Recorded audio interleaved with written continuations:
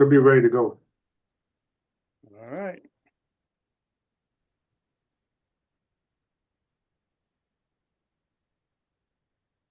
Ooh.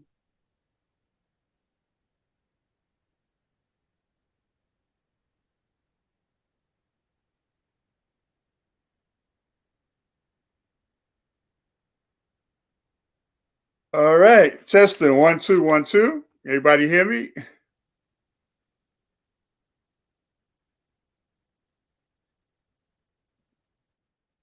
Okay. Peace, everyone, and welcome to our webinar on elder abuse, medical neglect, torture, and malpractice, and also malnutrition inside the prison system. My name is Brother Shep. I'll be everyone, and welcome. Okay, I'll be facilitating this evening, and by way of introduction, I'm a veteran of the original Black Panther Party, currently working with the International Campaign to Free Kamau Sadiki, as well as Prison Lives Matter Coalition Movement, which is the two co-sponsors of this event. So I want to thank everyone for being here. I think we got a great lineup of guest speakers here this evening. That's going to definitely give us some heartfelt information about the conditions in these prisons for our people in general, but for our elders in particular. So we're going to start out with conditions, and the face that you see on your screen right now is Pedro Albizu Campos. I basically picked him because that initiates really what goes on in these prisons. Albizu was a political prisoner in the United States because of his struggle for the independence of Puerto Rico. And during his incarceration, the last time he was given a sentence of 88 years due to his activity as a political prisoner. And the prison system in general, but the United States in particular, poisoned him with radiation. And because of that, when he finally was released, he didn't have much time to be with us. So he died on April 21st, 1965, from that radiation poisoning. On our panel, we're going to be discussing particularly the thing that really killed Pedro, cancer, which has basically affected all of the people that we'll be talking about today. Okay, the second slide, please.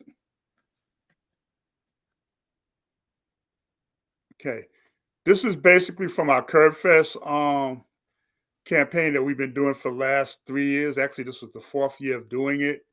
And this was one of the posters which basically identifies the faces and names of those political prisoners and prisoners of war that died inside the walls, either from medical neglect or from the abuse of the system itself. Some died in combat, like George Jackson, and most of the others that you see there died because of medical neglect, and some of them for outright murder inside of the prisons. So just to name a couple of them, Romaine Fitzgerald, who you see there on the second row, first person there, was the first Black Panther to be captured in 1969. He spent 51 years in prison, and unfortunately, he died in prison. Suffering from a stroke, he ended up being wheelchair bound, and they refused to grant him his parole because they considered him, as well as most of the other people there. The state said they were still a threat to society and a risk to escape their parole. So Chip passed away, and again, he was the first and longest held political prisoner coming out of the Black Panther Party. Then we have, you can go to, I'll go to Albert Noah Washington. Albert Noah Washington was part of the Black Panther Party here in New York. He was one of the New York Three. Albert went into surgery and he never came out, which is why we talk about in terms of them actually killing our people, particularly our political prisoners. Then we have, just getting caught up here for a minute, y'all. This is not easy for me. Bashir Hamid, who I actually did a lot of work with, did a lot of visits to the prison. And Bashir went in for triple bypass surgery on August 31st, 2008, and he never came out. Again, murder inside of these prisons. I didn't mention Albert died actually of liver cancer. Bashir was the one who died, in the so-called prison hospital for surgery. Abdul Majid, got an echo there. Be helpful. Everybody mutes themselves just so we can make sure that doesn't happen. Abdul Majid, another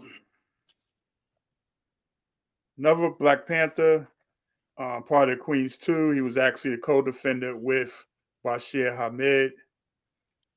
We lost Brother Abdul due to those same conditions of cancer.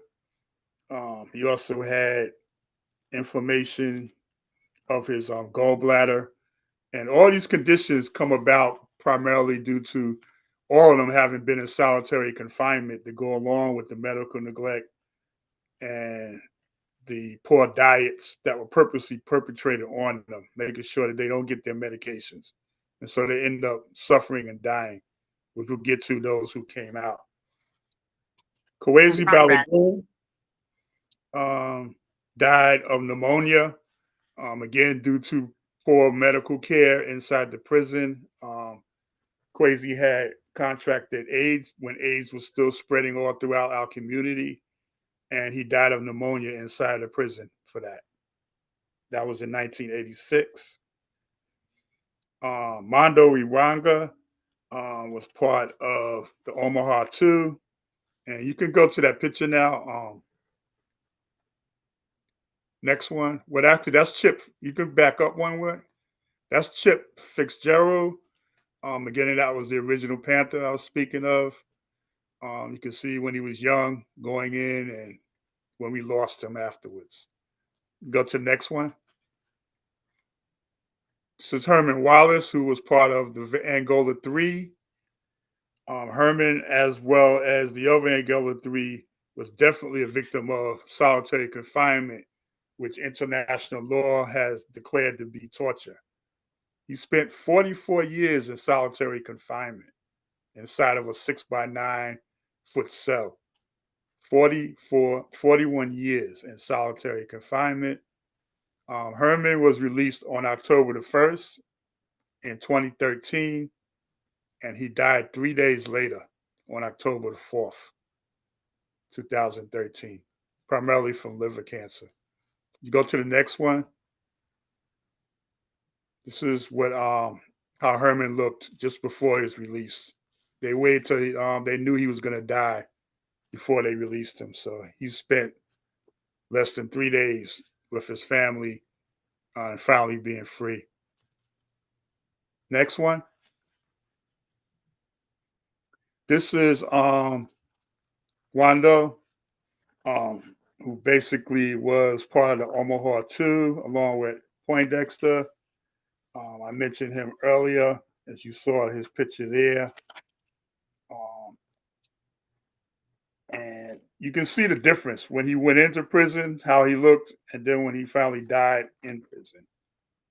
Again, the solitary confinement, the poor care that they give you inside the prison, all those things contributed to that. And he died from pulmonary disease. 45 years he spent being captured. Next one. Okay, this is Ed Poindexter, his co-defendant, Mondo's co-defendant, and you can see how he looked before he went in and how he looked when he died. Ed Poindexter we just recently lost him. He died from he had poor kidneys. He was on dialysis, and that resulted in his food intake being poor. He couldn't keep his food down, so obviously he didn't get any nutrition from that. Even though nutrition is bad, which we're gonna definitely discuss tonight. He had his leg amputated, and they didn't even take the time to inform his family or anyone that that was going to happen. And they took off half of his left leg. Ed was blind in one eye, wheelchair bound. His hearing was just about gone. They were trying to get a hearing aid for him, and he had had triple bypass surgery. So all of this inside the prison, during that whole time that he was held captive. Next one. That's Ed. A little close up of him before he left us. This is Leonard Peltier, one of our indigenous political prisoners. He just made 80 years old, and they refused to give him parole. He, at this point, we're trying to get the president of this country right now to grant him clemency before he leaves office. If that doesn't happen, we seriously doubt if a former DA like Kamala or a fascist like Donald Trump are going to grant him that. So this is really his last chance.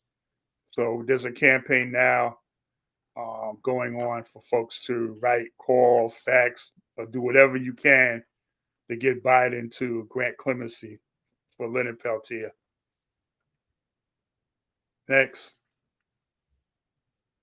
This is Imam Jamil Al-Amin. He's one of the last 4 Black Panthers that's still in prison, formerly known as H. Rap Brown. You see a picture of him on one side back in the day, and then you see him now.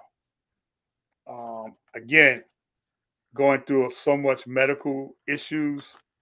We've been trying to get him to be sent closer to his home base in Atlanta right now. He's spent time in Florence and other places, and they treated him and still treat him terribly in terms of his medical conditioning.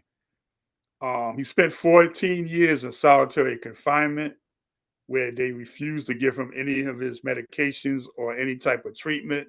He was also not allowed to practice his religion, and he's suffering from smoldering myeloma and Sjogren's syndrome, which is smoldering myeloma. I'm not like the doctors on the panel. Is basically a blood plasma cancer, and it can develop to something even worse. He is constantly going through severe pain. His jaws are swollen, his ankles are swollen, skin discoloration, his eyes are always dry, and so is his mouth, and his eyesight is just about gone. And this again is a result of them not giving him any medical care during those 14 years that he was in solitary, and even afterwards, which I just mentioned. Next one. This is Kamau Sadiki. Kamau is the last New York Panther that is still being held captive. He's currently in what's called the Atlanta hospital prison, for lack of a better word. And we're going to do a special piece on that this evening with Ann Lamb from the Jericho movement. It's a butcher house. Just to give it not even saying that there's anything worse than that or better than that, but that's what it is. And she's going to tell us what goes on in that institution. And Kamau basically is suffering from various diseases, and we almost had to get his leg cut off.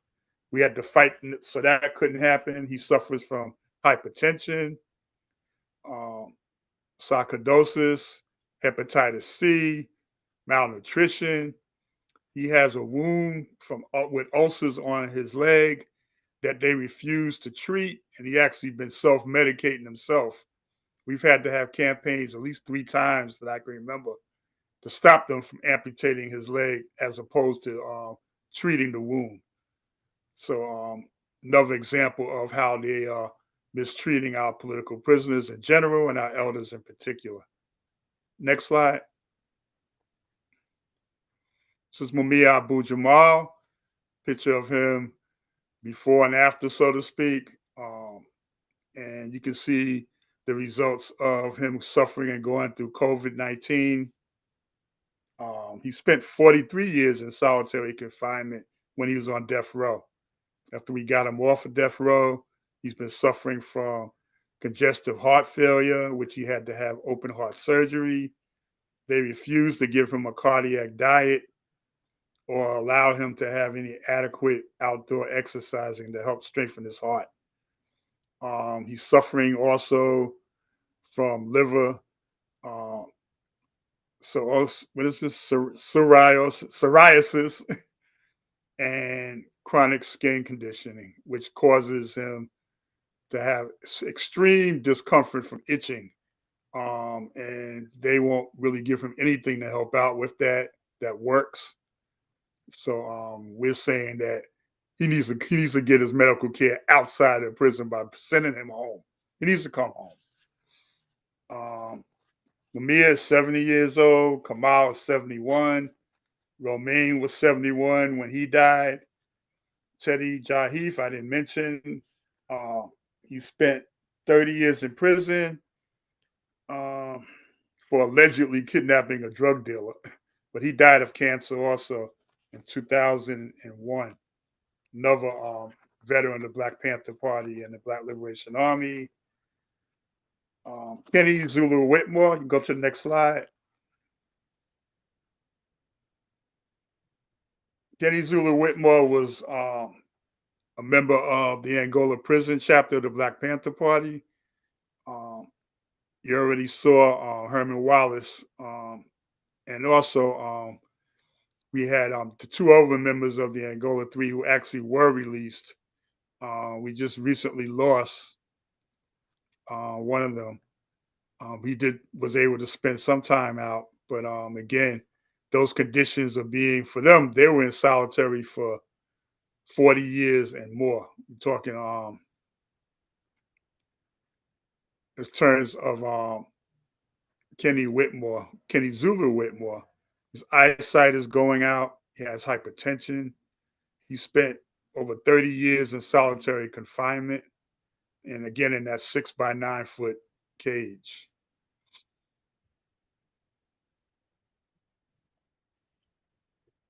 This is Dhoruba Ben Wahad, veteran again of the New York Black Panther Party. He's currently in New York right now, receiving treatment.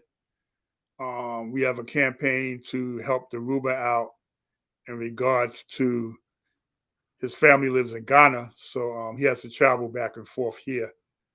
And so this is just another example of those that once they get out, they still are sick from those conditions. I'm going to go through a couple of people who we lost, who were released, and then we'll move on. I have to mention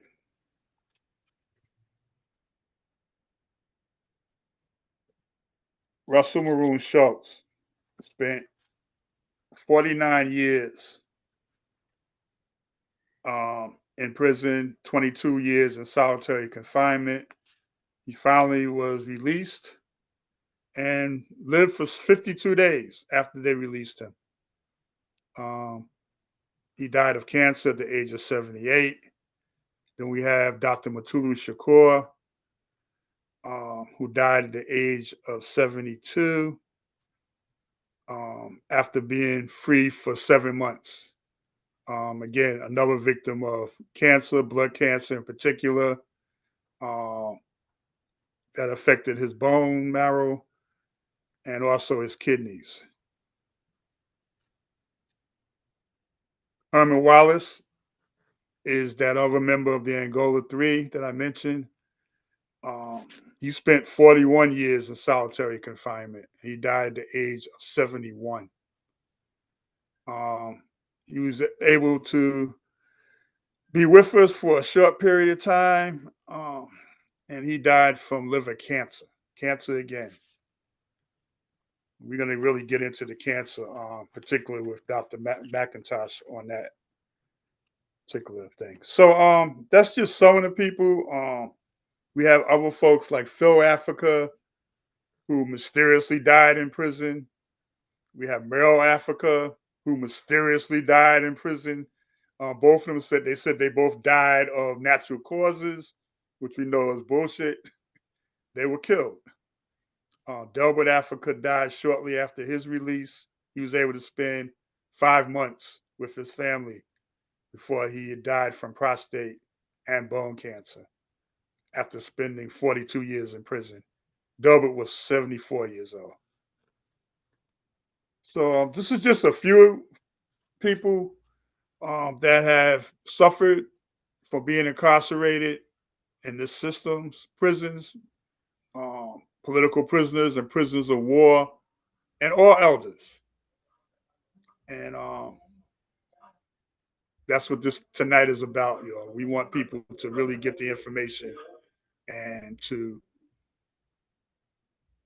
get involved because it's not fair what's going on. So we're going to move on to our first panel.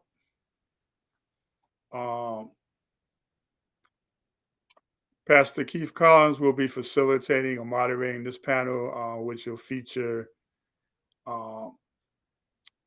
Ricardo Alvarez, Dr. James McIntosh, and Jose Saldana from RAP. That's what we call it, but that's Release Aging Prisoners. So, Pastor Keith, you have the floor. Good evening to all the comrades. Thank you, Brother Shep. It's an honor to be here for this great cause. We are here to honor and we're here to fight for our comrades that have fallen and to keep those that are on the inside from falling. I'm the pastor of Church of the Overcomer in Delaware County, Pennsylvania, member of the Interfaith Committee, Kamau Sadiki, Free Kamau Sadiki now. Glad to be here on this, moderate this first panel.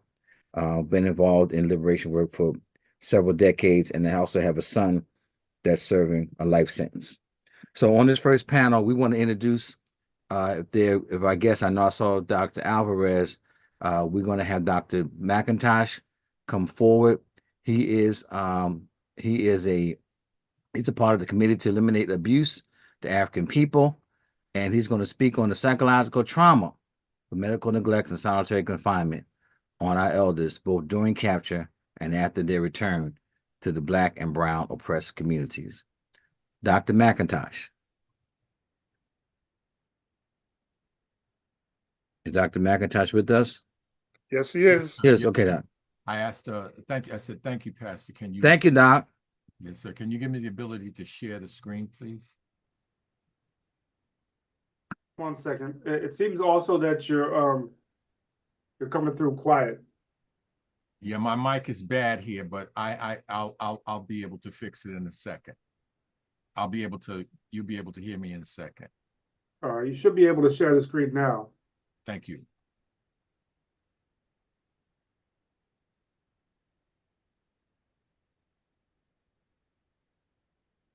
Sorry, just give me a second. Stop. Little technological problem, but I got it.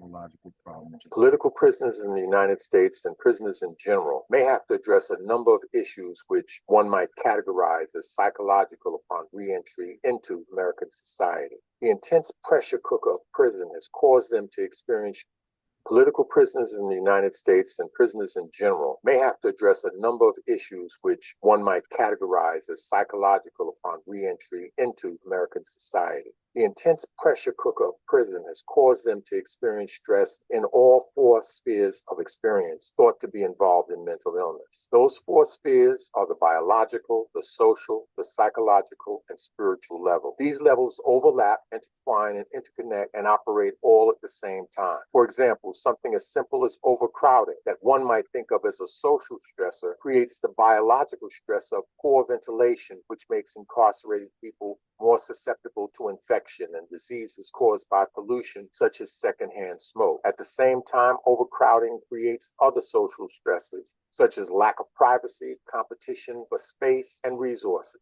All of these stressors, plus the physical diseases exacerbated by overcrowding, impact on the mind and ultimately the soul of nearly all incarcerated people. Another biological stressor in prison is a nutritionally inadequate diet. An article in the April 12, 22 edition of These Times magazine noted that the abysmal quality of food in carceral settings is well documented. High in sodium and sugar, the diet in our nation's jails and prisons is severely lacking in healthy foods. More often than not, it's carb-heavy and ultra-processed fare. It's also frequently rotten, moldy, or vermin-infested, and there's rarely enough of the food to appropriately nourish, unquote. Impact Justice, a justice reform nonprofit, issued a report in November of 2020 after researching and surveying 250 formerly incarcerated people in 41 states, family members, and prison employees. The report concluded that the disordered eating and other effects of insufficient diets that people experience while serving time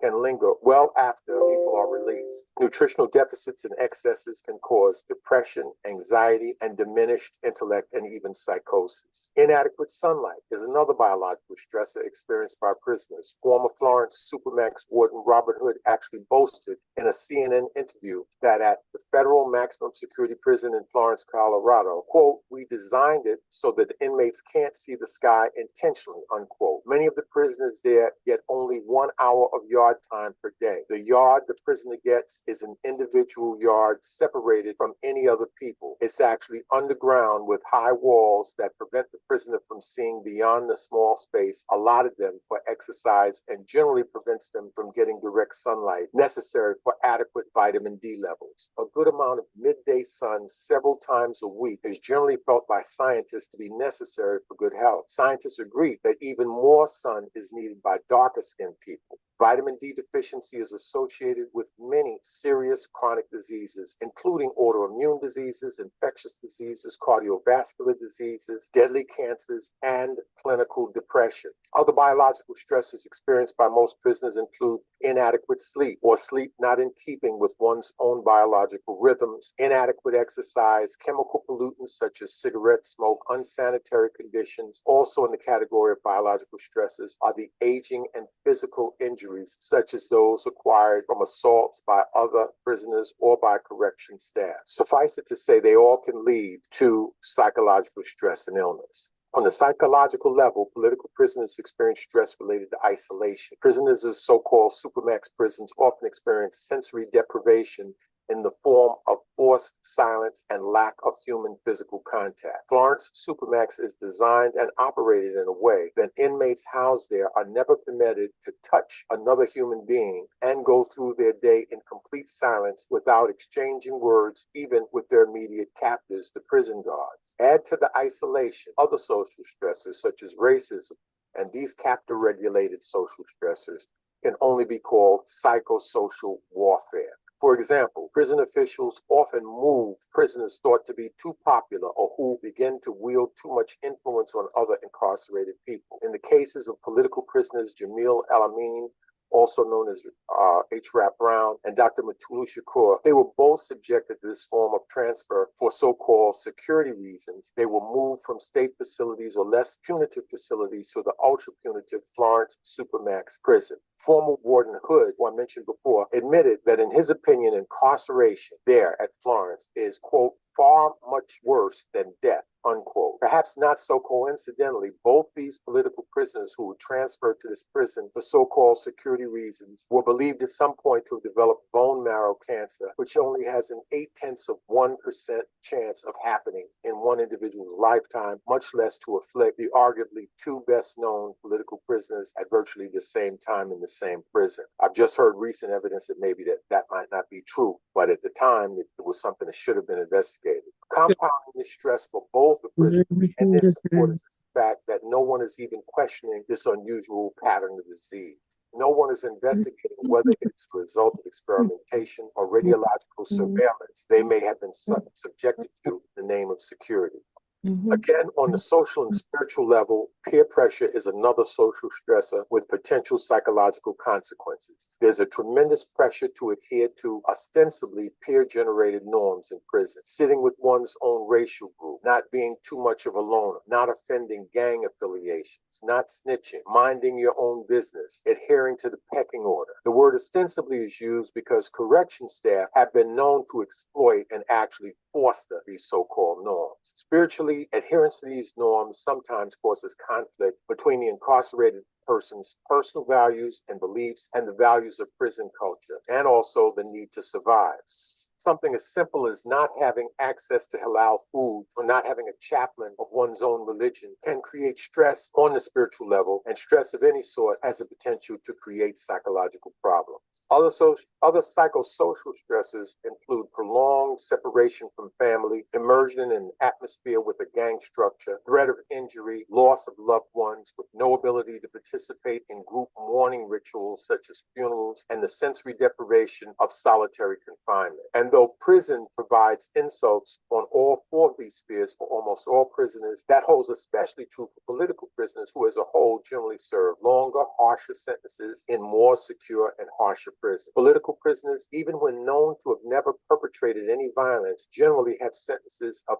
3 to 4 times that of the average criminal who has murdered someone. The average murderer in the United States served 16.5 years. The women of the Move 9 who never committed any violence and who at worst could have been said to have been present in a location where violence occurred served 40 years before they were released. Justin Volpe, the police officer charged with torturing, sodomizing Abner Louima with a broken mop handle, is sentenced to only 30 years in prison with no need for parole. Injustice is the greatest psychological stressor of them all. Sundiata Acoli, whose political prisoner experience is in no way atypical, recently spent 42 years in prison when the prisoner who was previously the longest incarcerated person in New York State, Thomas Trantino, had served only 37 years before getting transferred to a halfway house in the community. Trantino, a gangster, was convicted of luring 2 police officers to a tavern to be mercilessly tortured and killed. In addition, according to a PBA flyer, Trantino forced these officers to commit sex acts on each other and eventually beg for death. Yet Trantino was released from prison 39 years after his initial incarceration. Acoli, a mathematician who, like the Move 9 women, was at worst in a car with others involved in police ambush shootout that resulted in an officer's death. Acoli certainly never did anything even remotely as calculated or demonic as the acts of Trantino, but was forced to stay in prison for 42 years before being paroled. With torture as a segue, many political prisoners have also had to serve years and even decades in prolonged solitary confinement, which has been declared by Amnesty International, the United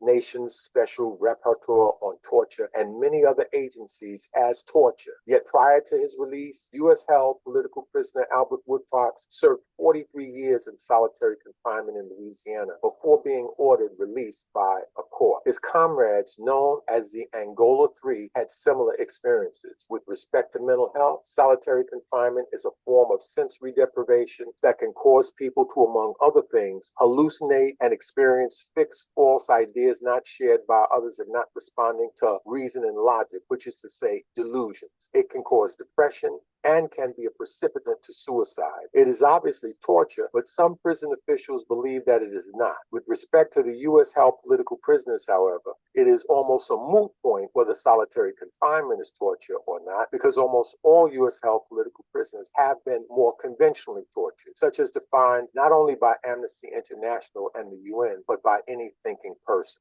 Multiple studies have indicated that this sort of intentional stressor has more likelihood of causing serious mental illness than other traumas. Example of the torture of U.S. political prisoners range from practices as simple as threats of rape to which the women of the Move 9 were subjected when they were first arrested, to the severe beatings at the time of arrest experienced by Mumia Abu-Jamal and many other political prisoners. At extremes beyond all this is the case of the 5-year kidnapping, rape, and torture in a secret U.S. prison in Afghanistan of political prisoner neuroscientist Dr. Safiya Sadiki. Former U.S. Attorney General Ramsey Clark described Sadiq's case as the worst case of injustice he's ever seen. This is a very high bar when we consider that Hanif Shabazz Bey and his comrades were hung by their feet, beaten and shocked with cattle prod, and had water forced up their noses on U.S.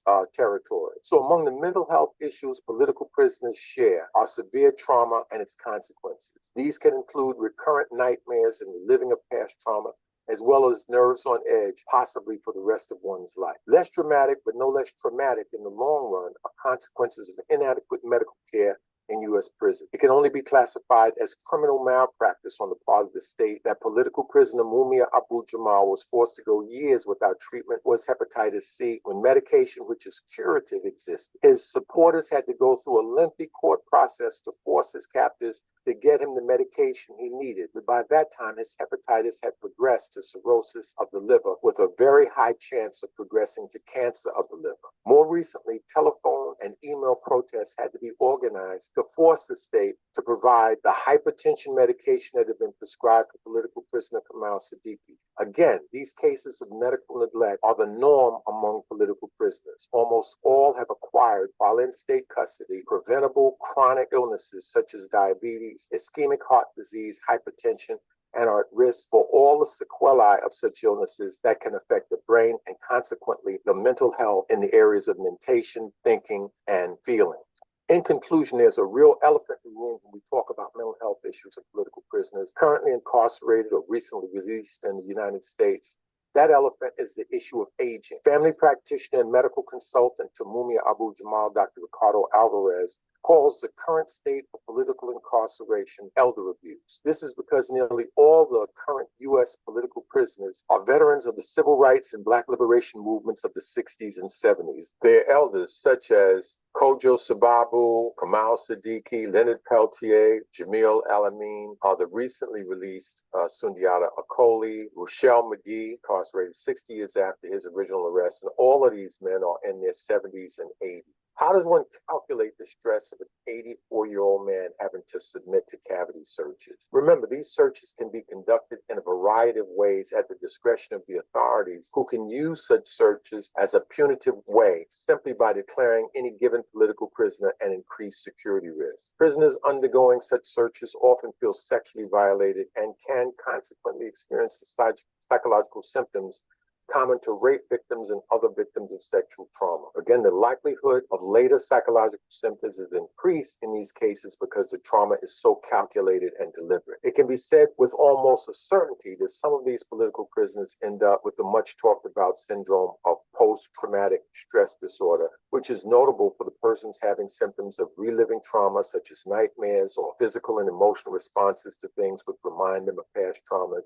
It can also lead to emotional numbing and withdrawal or shutting down and feelings of a foreshortened future. In general, people with the full-blown syndrome may have trouble sleeping, angry outbursts, hypervigilance, meaning always having to be on point, even when relatively unnecessary, and they may experience a heightened startle reflex or seem extremely jumpy. These are symptoms all too common in veterans and prisoners of war. Some of the people we call political prisoners actually are prisoners of a war against injustice and will unfortunately develop the symptoms common in prisoners of war and others who have been intentionally traumatized. Lastly, being a political prisoner is a spiritual assault, an assault perhaps best described by journalist and political prisoner Mumia Abu-Jamal, who describes his incarceration as, quote, a day-by-day degradation of the soul, an oppressive brick and steel umbrella that transforms seconds into hours and hours into days, unquote. Who would want that for anybody? What is the solution? Dr. Alvarez has said it concisely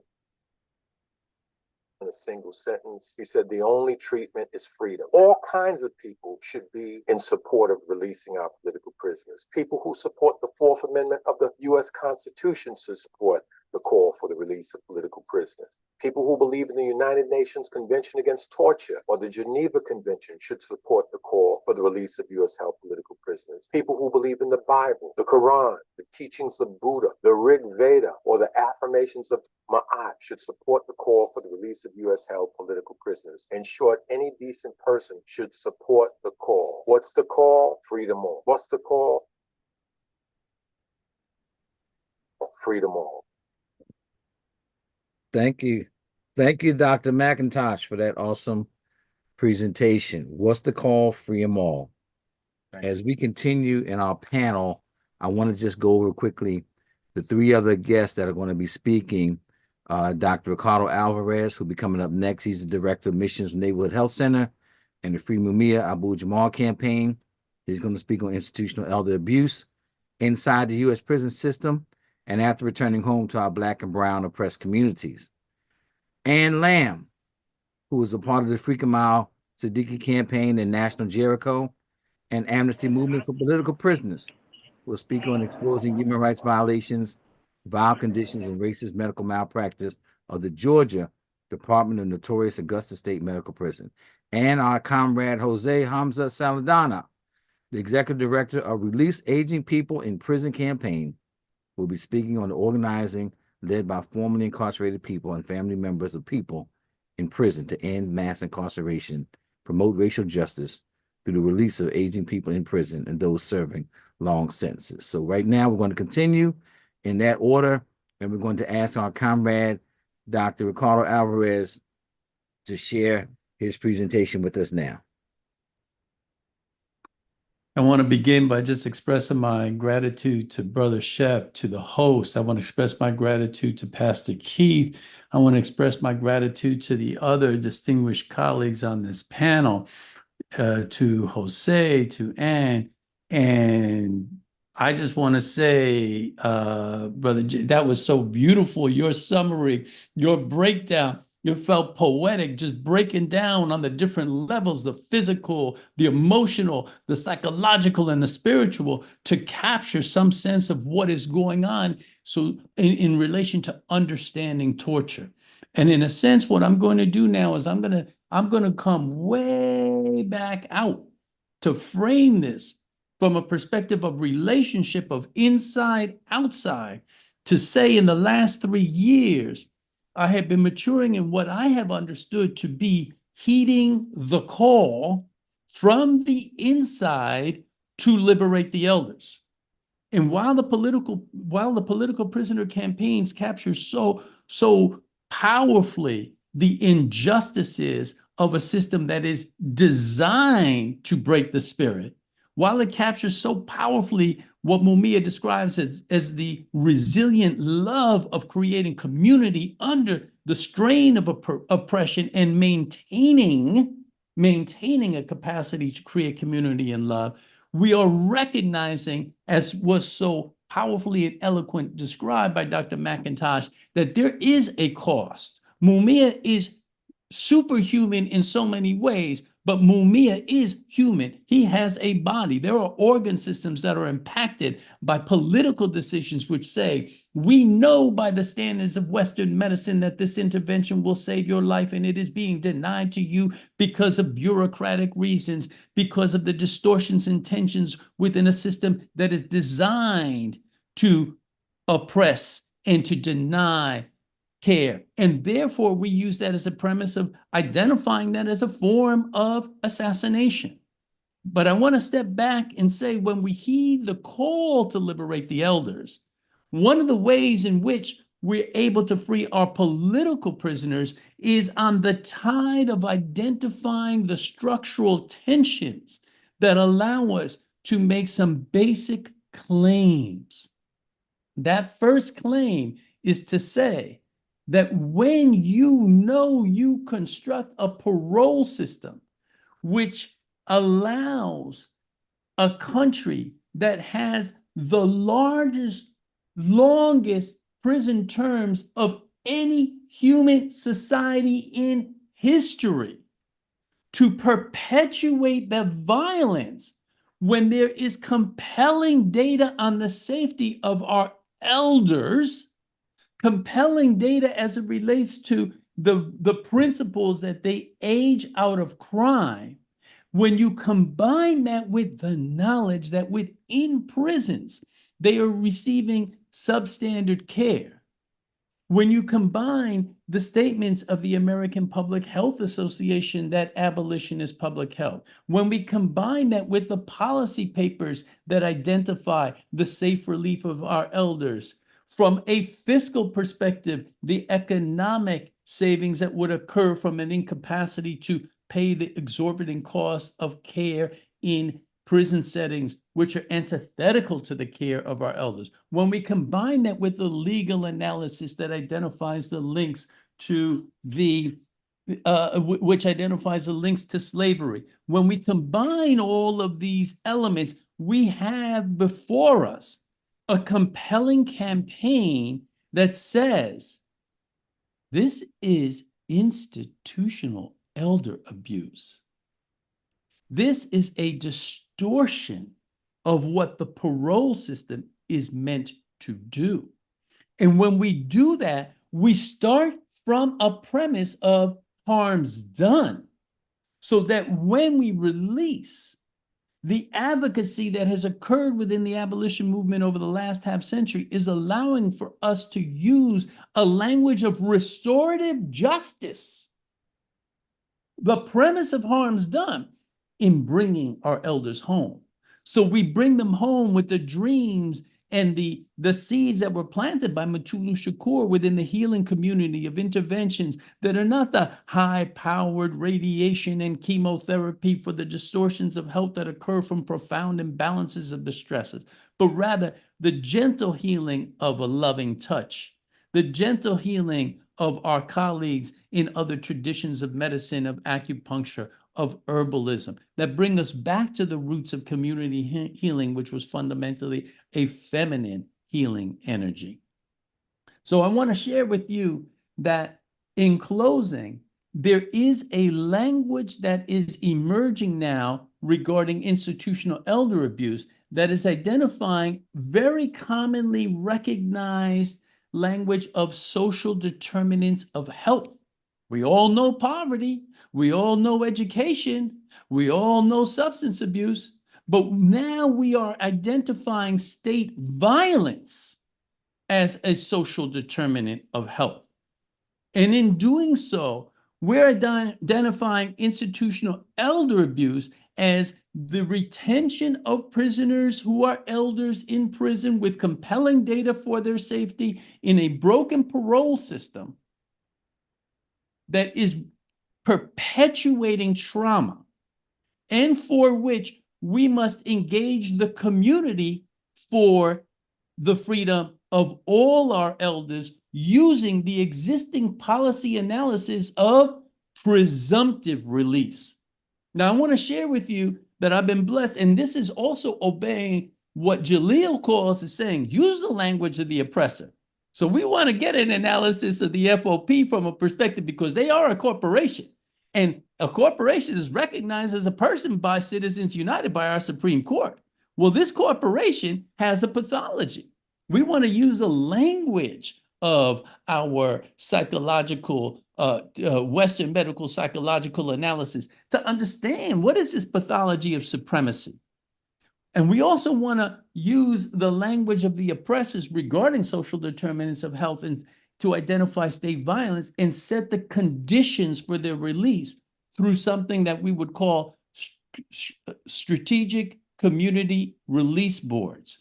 And this is coming back into the concepts of release boards that came out of the movement here in California. So and when we look at that, we see Joka, Jeshima, Jinsei, Abdul, Olugbala, Shakur. They started this whole concept of identifying particular prisoners whose commitment to community would create the conditions for their release. But now what we're doing is when we create liberation safe spaces within our churches, within our schools, within our community centers, and bring community together in a safe way to identify state violence, we do our own assessments of the safety of release of elders. And when we can do that, we bring professional community in right relationship to support the primary voices of what Mumia calls, which is the primary voices of those who are directly impacted, those who are creating resilient love in the face of that oppression. And those voices are beautiful, artistic, creative. And when we can develop that kind of relationship of our professional community to come in loving respect and witness of their powerful resilience, then we can create a movement that seed can get planted and nourished in this fertile soil of abolition. We are now maturing at a point where all the elements and the pieces of that magical manifestation will allow a blossoming of the freedom of our elders. Thank you, Doc. Are you finished, Doc? You concluded? I am concluded. Yes. Thank you, Doc. Thank you. You've been wonderful, beautiful, powerful. That's all I can say. We're going to move right along because we have several other great presenters. Ann Lamb, or Ann L, as we often say, Ann Lamb. We'd like you to present your presentation. Thank you, Dr. Alvarez. Thank you so much, Dr. Alvarez, Dr. McIntosh, Pastor Keith. Great to see Jose here on this side of the wall. I'm not as dynamic a speaker as either one of the previous ones. But you know, where Kamau Sadiki is, which is an Augusta State Medical Prison, so-called, right? Now, I did watch the video that was forwarded to me from Pastor Keith that the DOJ was doing, you know, a whole investigation of the prisons in Georgia, which is really amazing. I mean, Georgia is one of the worst states when it comes to the prisons. But that whole thing was, you know, it was all geared toward, you know, violence between incarcerated people, and had nothing to say whatsoever about, you know, what are, you know, COs doing to people? What is staff doing? What is really going on? None of that was addressed, you know, so it was very interesting and typical, of course, of the so-called Department of Justice. So starting in, I think, 2017, the Atlanta Journal-Constitution did a whole series of articles exposing Augusta State Medical Prison because medical personnel, doctors and nurses who worked there, was speaking out against the whole lack of medical care, the horrible conditions of the prison, and so on, some of whom, of course, then lost their jobs out of retaliation. So most of my report is just like excerpts of that. And all of these articles are actually up on the Kamau Sadiki website. There's a whole little thing that says Augusta State Medical Prison. So they're all there. But starting back in like the end of 2017, it says, bags of garbage have piled up outside the operating room, attracting flies and mosquitoes. During surgery, dealing with the insects has become one of the occupational hazards for doctors, nurses, and of course, patients, right? Mold has contaminated the ceiling in the dental unit and a wall in the second floor corridor of the hospital. In the dialysis center, water has dripped under the sink into containers put there to catch it, and the chairs are so battered that they can't be properly disinfected. At Augusta State Medical Prison, unsafe and unsanitary conditions have persisted for weeks, months, or years, putting inmates, doctors, and others at risk. Even calls for help have been ignored. Documents and photos obtained by the Atlanta Journal-Constitution show that the Grovetown facility, the flagship of Georgia's correctional health care system, is a place where state officials have allowed hazards to slide. Trash, mold, dirty floors and counters, leaking ceilings, and congested corridors are just some of the issues detailed in the documents, including emails and an environmental survey that have flagged top officials to the problems. The garbage in the hallway outside the OR, a situation rife with the potential for infection, wasn't resolved as of last week, even though the facility's medical director earlier this month, wrote an email to her superiors expressing frustration. This, I don't know if she's still the medical director, but she was at the time, Dr. Mary Cheryl Alston, wrote that the garbage had drawn insects of all varieties into the OR and that mosquitoes had been swatted away during procedures. The smell of the garbage was also notable in the operating room. I'm incredulous that such a discussion is still needed to address the problem within a facility that provides healthcare, she wrote.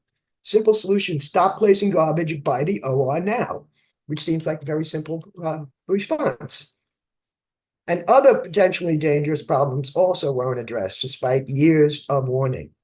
The annual Environmental Health and Safety Survey of the hospital in July discovered another serious health hazard, so-called black mold. And black mold is really bad stuff, folk. And noted that the fungus would continue to develop unless several leaking ceilings were repaired. 4 ceilings had water damage, including 2 that haven't been fixed since they were identified as problems a year earlier. One of the damaged ceilings that hadn't been repaired was in the OR, the other in the pharmacy. And the areas are affected whenever it rains. Continued water intrusion will significantly increase the potential for mold to develop in these critical areas. Complaints have also been made by another ASMP physician, Dr. Timothy Young. He was the one who ended up losing his job, regarding a lack of orderlies to clean one of the hospital clinics. Emails obtained through the open records request show. The filth that is accumulating is not conducive to sanitary patient care, Young wrote in one of his emails to Nichols and other officials. So the unsafe, and then this is another report, the unsafe and unsanitary condition at Georgia's flagship prison medical facility, Hamina, are worse than previously reported and could jeopardize the health of inmates already dealing with cancer and other serious illnesses, newly obtained photos and documents reveal. And then they, repeat some of it, the standing water, the filth from the leaking ceilings, right outside the OR, air vents covered with dust and other debris, sinks filled with roaches. They've also obtained recent letters and emails in which 2 inmates diagnosed with cancer describe broken and dirty toilets and showers, as well as other germ-related issues in the dormitories where they were required to recover after surgery. Both inmates said they found the place so unsanitary that they would resist further treatment if they have to have it here. After Dr. Timothy Young complained in an October 26 email to Warden Scott Wilkes that garbage was still being stored near nursing units, Lewis wrote, "I request that nothing further be shared in writing regarding this topic." Yes, we can wonder why. Heaven forbid people should know this is going on. So one group of photos shows a sink outside the OR that hasn't been damaged in mid-August by water from a burst air conditioning duct. The sink, once used by doctors and nurses to wash their hands, is in an area where patients are wheeled in and out of surgery. The AJC previously reported that Augusta University's annual environmental survey of the hospital in July found 4 leaking ceilings, 2 of which hadn't been fixed even though they were flagged more than a year before. Also the black mold. The complaints from the 2 inmates with cancer focused largely on what they experienced after their procedures. In both instances, the inmates spoke out before the AJC first publicized the facility's problems. One of the men, Robert Carey Seymour, wrote in an email to his family he would refuse radiation following his October 12 surgery to remove a cancerous tumor and lymph nodes from his face if he had to undergo the treatments at Augusta State Medical Prison. In another email, he wrote that he spent 16 days in a prison dormitory recovering from his surgery, which required more than 100 stitches, and never received a clean pair of underwear or a clean t-shirt. He said he would wash his underwear in the shower at night and hope it was dry by morning. Seymour said he was among 50 men living in an area where only one of its 4 toilets, 1 of 6 sinks, and 1 of 4 showers were working. The overall health and security of these living units is deplorable, and the staff does not seem to care. Right? So then they have yet another article. So they're talking about this, and now I have Dr. Timothy Young, who is speaking out. He said, "I had hoped to continue my employment with GCHC. I reached retirement age, but the deteriorating conditions under which we have been left to work, especially over the past several months, have left me no option but to submit my resignation at this time." In an interview with the AJC, Young added a new charge, saying he believes the prison system has failed to hold doctors accountable when their negligence has caused inmate deaths. In my 16 years, he said, and I lost it now. Go back to it. In my 16 years, because it's very important. Sorry, guys.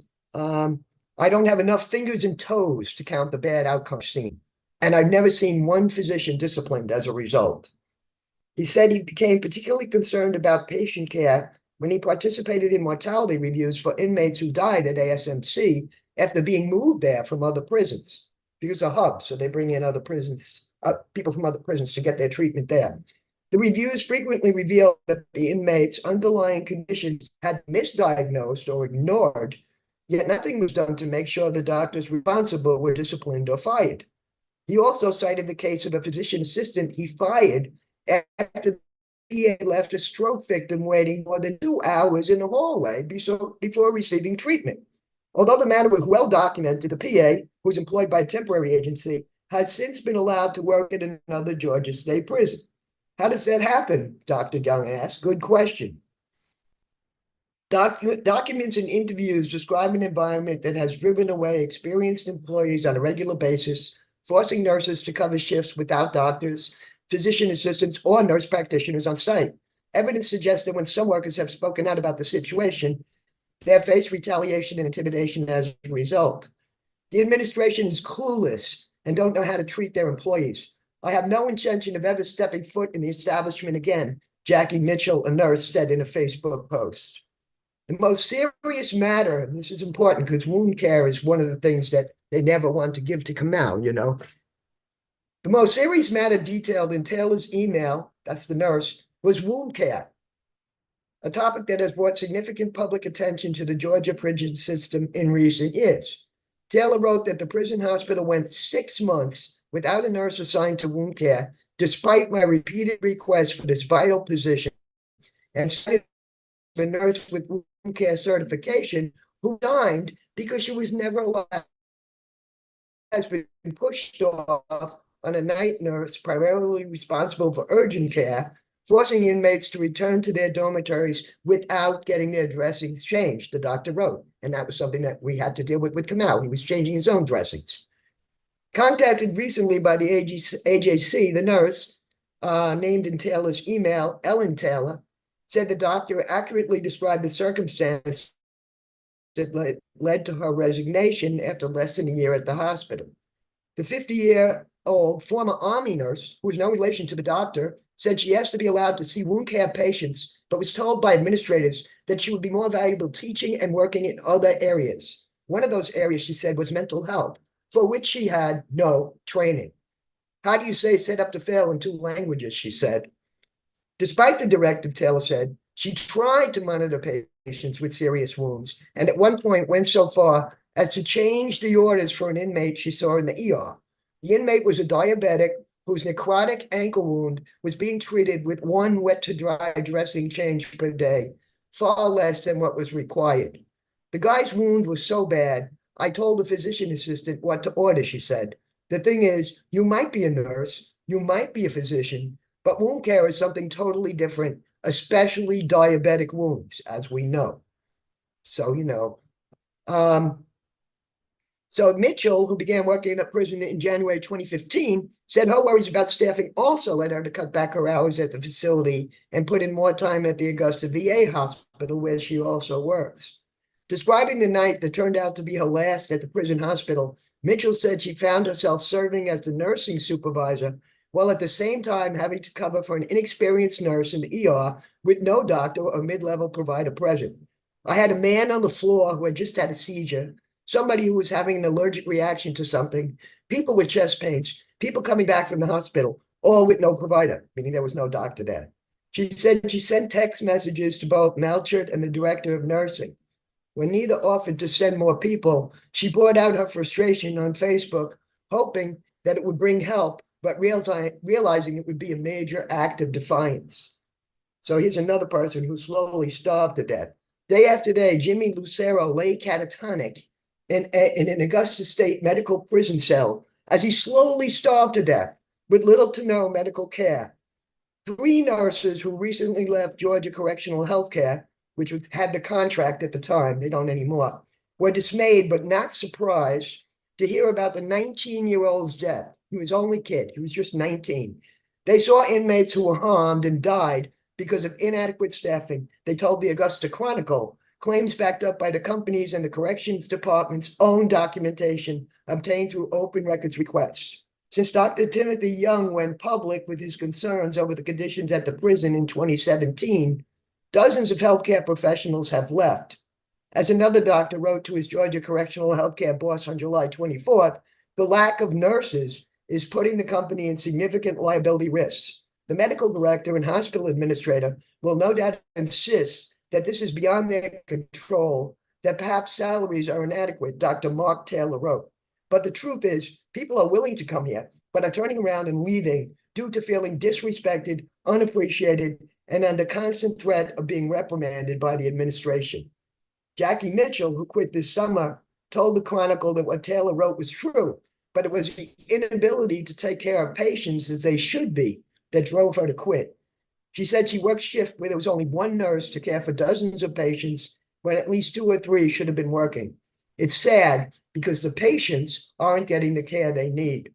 Nurses were instructed to reduce the number of times medication was given to patients, even medicine prescribed to be given at specific intervals. Diabetics were found with glucose levels tanking or soaring off the charts.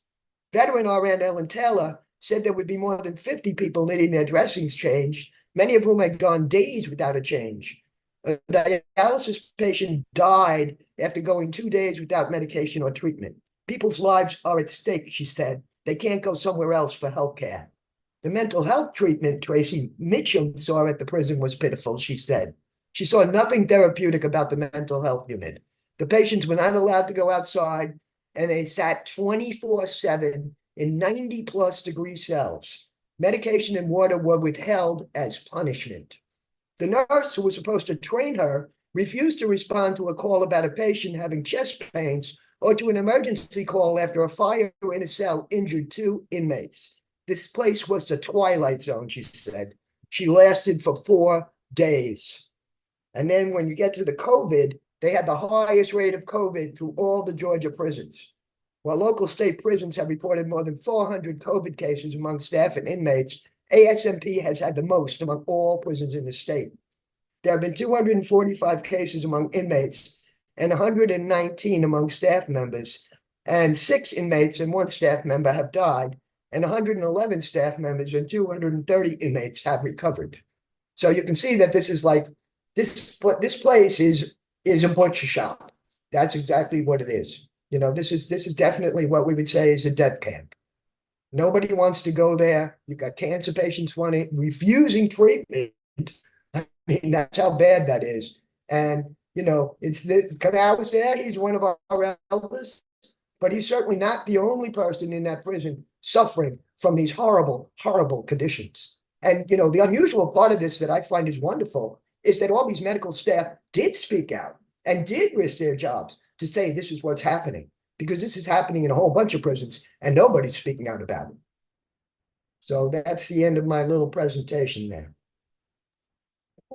Thank you, Laura. That's a very sobering presentation, but informative, and something that we all need to know and share with all of our comrades. Thank you so much for the research and for your passion and for your diligence. We're going to now conclude. Yes, we're going to conclude our panel with Comrade Jose Saldana, and he's going to give us his presentation on organizing those led by formerly incarcerated people and family members of people in prison to end mass incarceration and to promote racial justice through the release of aging people in prison and those serving long sentences. Thank you so much. Thank you, and thank everybody. Thank everybody for being in this discussion, a part of this discussion. This is an incredible discussion, and very much needed. I'm Jose. I'm also known as Hamza, the executive director of the Release Aging People in Prison campaign. I want to say that before I get into, and I'll be very brief. I'm not a long-winded speaker. I'm very brief whenever I speak. I want to mention a couple of things about our political prisoners in New York, especially. You know, I've been in several prisons, in fact, too many prisons across the state of New York with these brothers. You know, they were my mentors. They were our educators. Sheikh Noah was my sheikh. He was the first Shiite sheikh in the state of New York. And he was my sheikh. You know, Bashir, a brother, Abdul Majid. I mean, you know, these brothers help an entire, I said, not just one generation, but multi-generation of incarcerated people who, for the most part, lost. Help us, you know, gave us some kind of direction, help us transform our thinking so that whenever we return back to the community, we return back, you know, as people who are committed to helping our communities heal and give direction to some of these kids out here. So this is why we have some brothers that out in our communities, because of them brothers. When I was released from prison in 2018 after 38 years, that was the happiest day of my life. I thought I was never, I seen Sheikh, Abdul Majid. I mean, I seen these brothers, man, pass away. Shep, you mentioned late 50s, early 60s. You know, and this wasn't, we know it was all designed to be this way. So, you know, why spare me? You know, I thought I was next. So it was the happiest day of my life because I wasn't going to die in prison. But I walked out, you know, with some sad memories. You know, I walked out with the memory of Sheikh Noah, Bashir, Abdul Majid, Teddy Heath. You know, Seth Hayes was still in prison when I walked out, and I knew he was very ill. So these brothers weigh heavy on my mind. So my joy, that special joy that I had of breathing that air of freedom, man, was tampered with the memories, man. And I don't make promises to people. You know, a lot of promises made. I don't make promises. I knew that I didn't know what I was going to do. I didn't know that I was going to be a leader in this movement in just a few months after I was out. But one thing I knew is that I wasn't going to forget them. I wasn't going to be out there. I wasn't going to walk out of prison and go on with my life as if they never existed. They saved my life. They helped me define who I was and find a vision of something that I want to do. So 10 months later, after I was released, I became the director of the Release Aging People in Prison campaign. And we promote two bills. The fair and timely parole bill, which would stop the parole board from perpetually denying people parole. Already parole eligible, denying people parole. I sentenced to 25 years, I did 38. You know, we got brothers, you know, from the struggle sentenced to 25 years, 46, 48, 49. You know, we want to stop that. And we want to stop that where brothers will go before, and sisters, the sisters too, go before the parole board and be released at their first board. You know, we don't want nobody in prison, but at least we can try to do that. And the elder parole bill was to give everybody hope, because no one should do years or decades of their life with absolutely no hope of ever returning back to their family. The elder parole bill just provides for the person to sentence to whatever sentence they serve, that they were sentenced to. If they do 15 years and have reached the age of 55, they will be entitled to a parole interview. And the third thing that we did is we challenged the composition of the New York State Parole Board. You know, we were the first ones to have a parole commissioner who was a career correction officer. Now he wants to be a parole commissioner. We torpedoed him. The first time that happened in the history of New York State.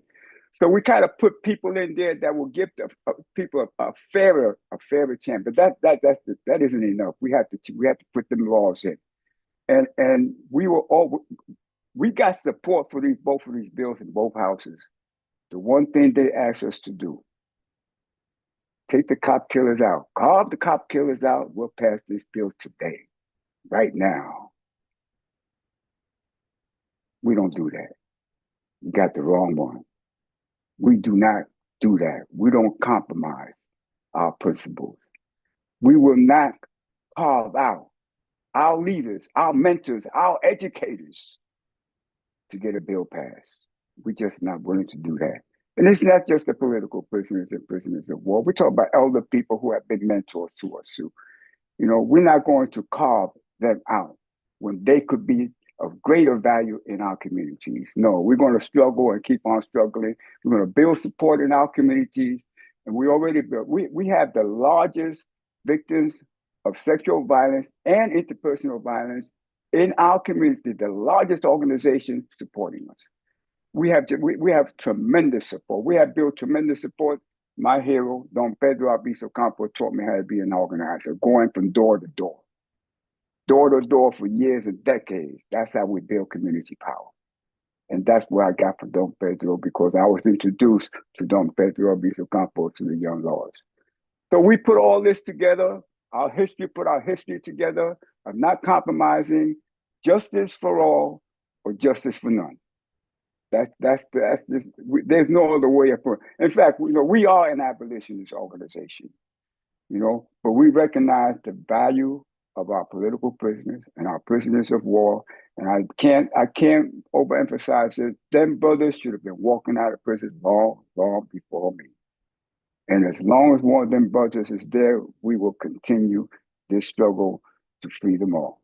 I want to thank y'all very much. And we can just go on. I'll be a listener now. Thank you so much, Jose. That was wonderful. Thank you for what you're doing. Thank you for your commitment to those that planted the seed in you, that seed is still alive and vibrant, and that your words are still changing and challenging lives today. Thank you so much. So I'll say to Brother Shep and to everyone, this concludes our first panel. And I think I'm supposed to turn this back over to Brother Shep, if I'm not mistaken.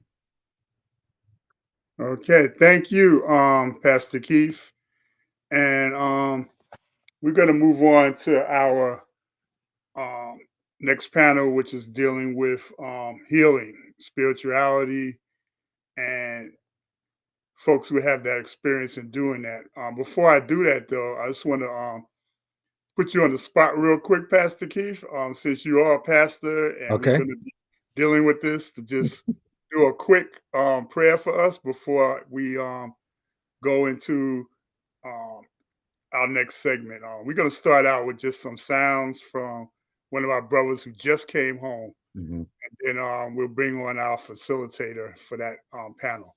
Okay. So could you just do that for us real quick? Certainly. So, Father, we thank you for this opportunity that you've given us to reach out and use this technology to honor those that have succumbed to their captors, but their fight and their spirit still lives on through those of us that remain, and help us to be successful in this endeavor. Give us wisdom, give us favor, give us resources, and give us courage that this battle might be won. And for this, we give thanks. Amen. Ashe, amen. Ashe. Oh, so I'm going to introduce our next moderator, Sister Redeemer, who is a healer. She does meditation and also practices yoga. And I'm going to ask our tech person, Ryan, if you could just pull up that one of the songs from Veronza Bowers. For those who don't know who Veronza Bowers is, he just came home after over 5 decades of being captured. And unfortunately, due to the stupid rules that they have about parole, we had planned to have him on here live. But what we're going to do is we're going to do a couple of excerpts from the interview that he did with one of our attorneys at war, Sister Nkeche. So we're going to just show you a little bit of that interview, and we'll provide you with the link to see the full interview from Veronza, who was also a veteran of the Black Panther Party and a political prisoner. And Ryan, if you're ready, you give us a little bit of. My name is Veronza Bowers Jr. I'm a former member of the original Black Panther Party.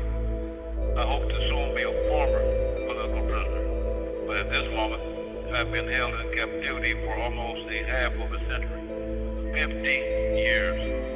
With that being said, Rev Love, Chief of Judah of Thug Nation, and I hope that you have enjoyed this meditative journey as much as we enjoyed producing these tracks. I would now like to share with you some of the things I learned about finding peace in the chaos. pain of imprisonment is a constant pain that does not let up or go away, even when you sleep.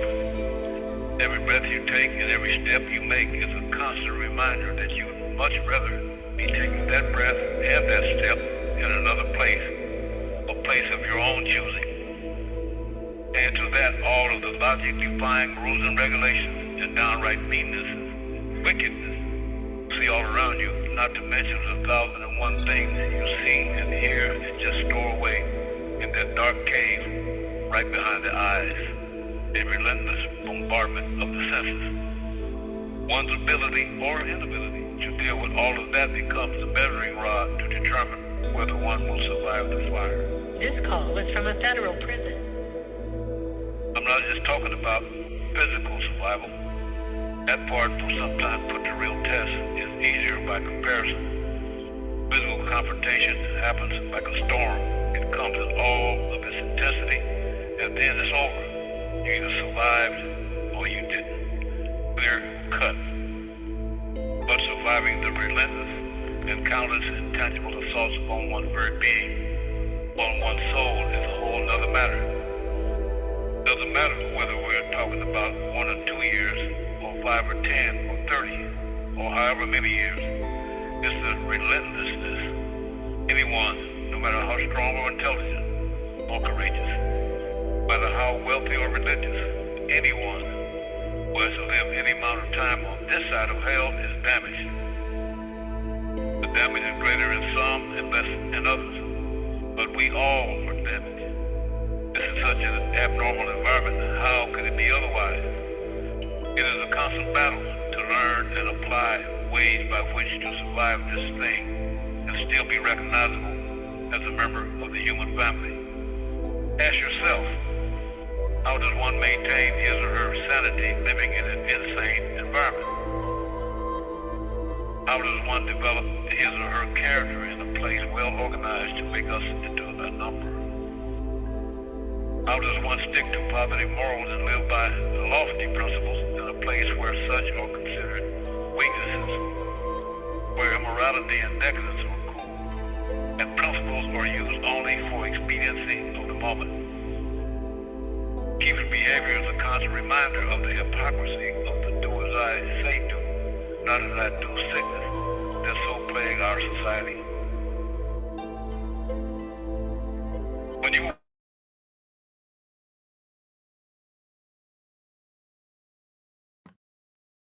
Thank you for that, Redeemer. We're going to introduce you in now. We're going to play a little bit of Veron's interview. Our other two speakers, I'm trying to track them down. I don't know where Dr. Milton is or Lenny Foster, but I'm going to keep calling them, see what's going on. So, Redeemer, you got the floor. Sure. My name is Redeema. I'm a singer-songwriter, creative arts healer. And I've worked with incarcerated youth doing yoga, doing meditation and creative arts healing, and supported my teacher through her transition, which is how I came up with doing meditations, from learning and being in, I became really interested in like Buddhist philosophy and studied creative arts healing. So I really believe in the power of the arts and music and meditation as a way to be able to handle whatever situations you're in and be able to process and release your emotions and transform whatever you're going through. I think, we're hearing so much of what our elders in these situations are going through. And I think the arts are a way that no matter where you are, and like meditation, no matter where you are, it's, the breath is something that you can turn to for grounding. And music also, it's something that's so powerful that, even no matter what situation you're in, I think it's so important for being able to encourage and offer these outlets for people to be able to turn to throughout whatever they're going through in their lives. So I think Veronzo Bowers is such a powerful example of how important being able to encourage and offer these creative and indigenous wisdoms and natural ways of healing our prisoners and to everyone, really. I think it's something that we need to advocate for in society in general, natural and creative ways of healing. So including our food and nutrition, and, you know, really advocating for researching how to, you know, the benefits of all our natural wisdoms and medicines that, you know, people have known of and used and turned to for thousands of years. And, you know, in my culture, I'm Indian, I come from India. So when we have, you know, Ayurvedic medicine, which is really important. I've also, you know, been really interested in the alkaline diet when it comes to cancer. You know, a lot of illnesses, Dr. Sebi was a really powerful healer and natural healer. So he was a big advocate and, you know, of alkaline diet to deal with any illness and diseases that people are facing. And we see how, you know, a lot of these natural and creative arts ways of healing are not really taken so seriously in the medical world. I'm always advocating and kind of trying to push for it. And, you know, even my dad's a doctor and he's very like Western medicine, and I'm very natural, creative medicine. So even in my own house, it's a constant battle. But I think it's really, how do we combine all these elements and really be able to offer the care that these elders and people need in general, because we can't just allow these kind of pharmaceutical industries to dictate and, you know, and profit off of these situations, which is a lot of what I think is going on. So yeah, I guess do you want to play the next clips from Veranza Bowers?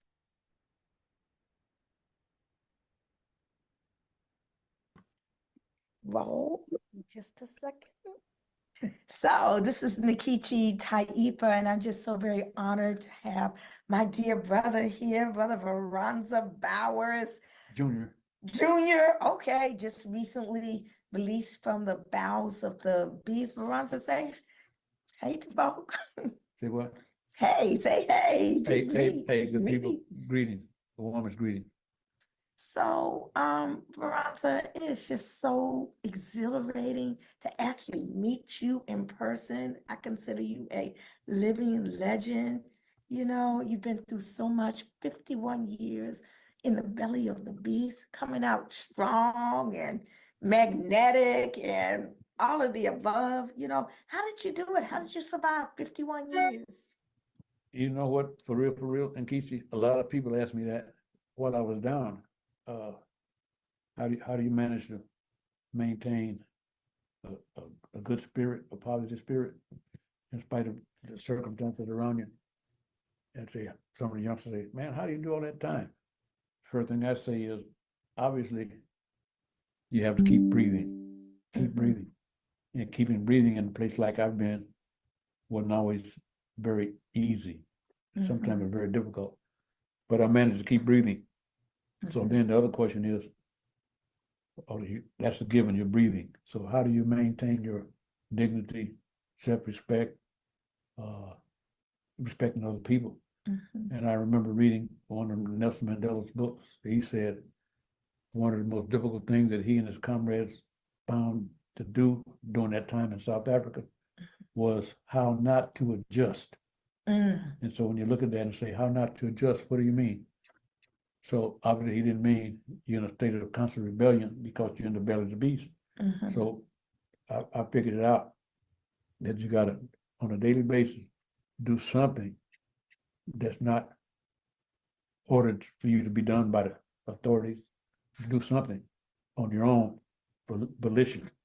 So you can say, for instance, they call chow. You don't have to go to chow just because they call it. When they say lock you in the cell, you don't have to go to sleep just because you got in. You open the door, you don't have to come out just because they opened the door. You got to find some way to find independence yourself. And sometimes you just say, oh, God say, do this. I'm not doing that, man. You do it. You know what I mean? So you suffer the consequences. They lock you up in the hole, but you're already locked up, so it doesn't matter whether you're in the hole or in the compound. It matters, but it don't matter. So you have to find a way to balance those things. And I found a way to balance them by meditation, exercise. And one of the most important things is to stay in touch with the outside world, not just family and friends, but the outside world that's swirling around you. You got to stay in touch with that outside world as well as the inside world. But if you overemphasize one to the denial of the other, then you get one-sided. And so I was able to observe people who were one-sided, like a lot of the guys in prison, but that they shut the outside world out. I said, man, I don't have time for that. Then I saw how one-sided they get. Then I saw those who just lived in on the phone, writing letters, and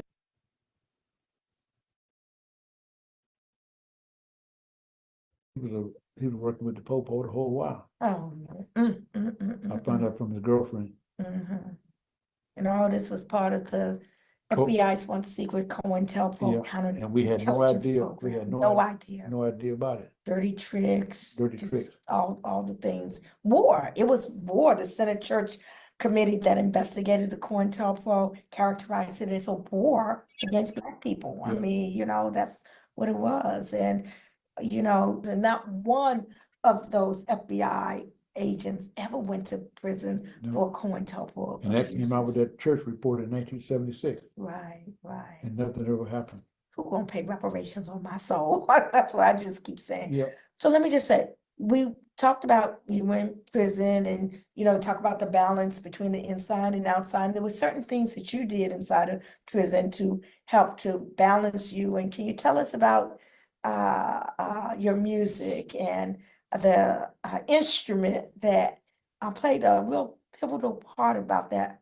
Well, long before the instrument came Let's about. see it in the, put it up there on the screen so we can see this work of art. Yeah. Yeah. Long before that came about, you know, I understood the importance of exercise. So I was always physically fit. I'd run sometimes 5 miles a day, sometimes 10 miles, depending on it.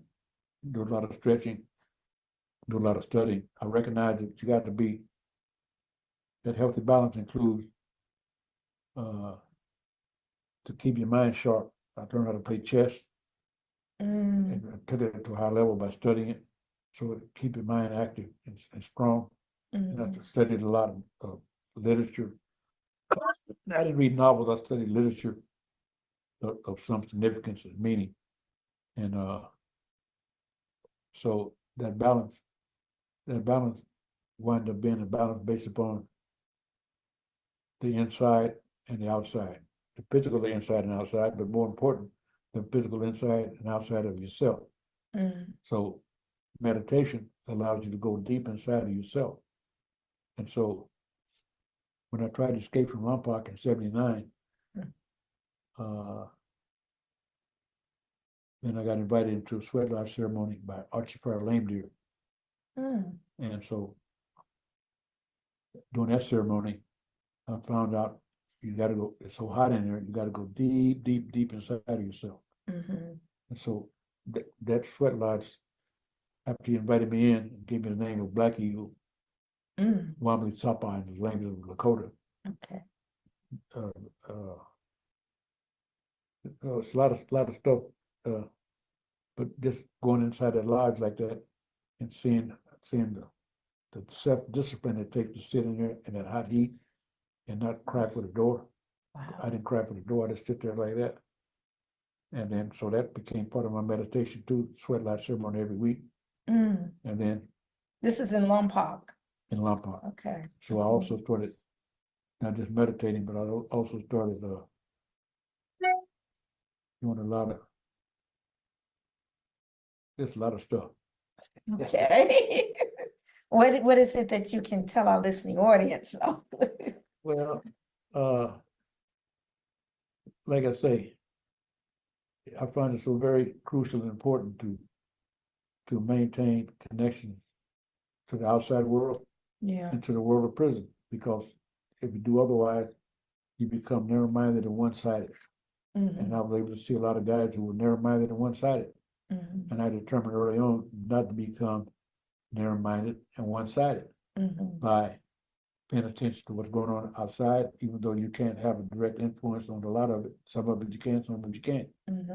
And so being an activist like that way is heavy on you, because you know that you've been sidelined while things are going on. You're on the sideline watching the world go by, and you can't have any direct influence on it. So that can become very depressing if you allow it to, but you got to recognize where you are and what are you going to do.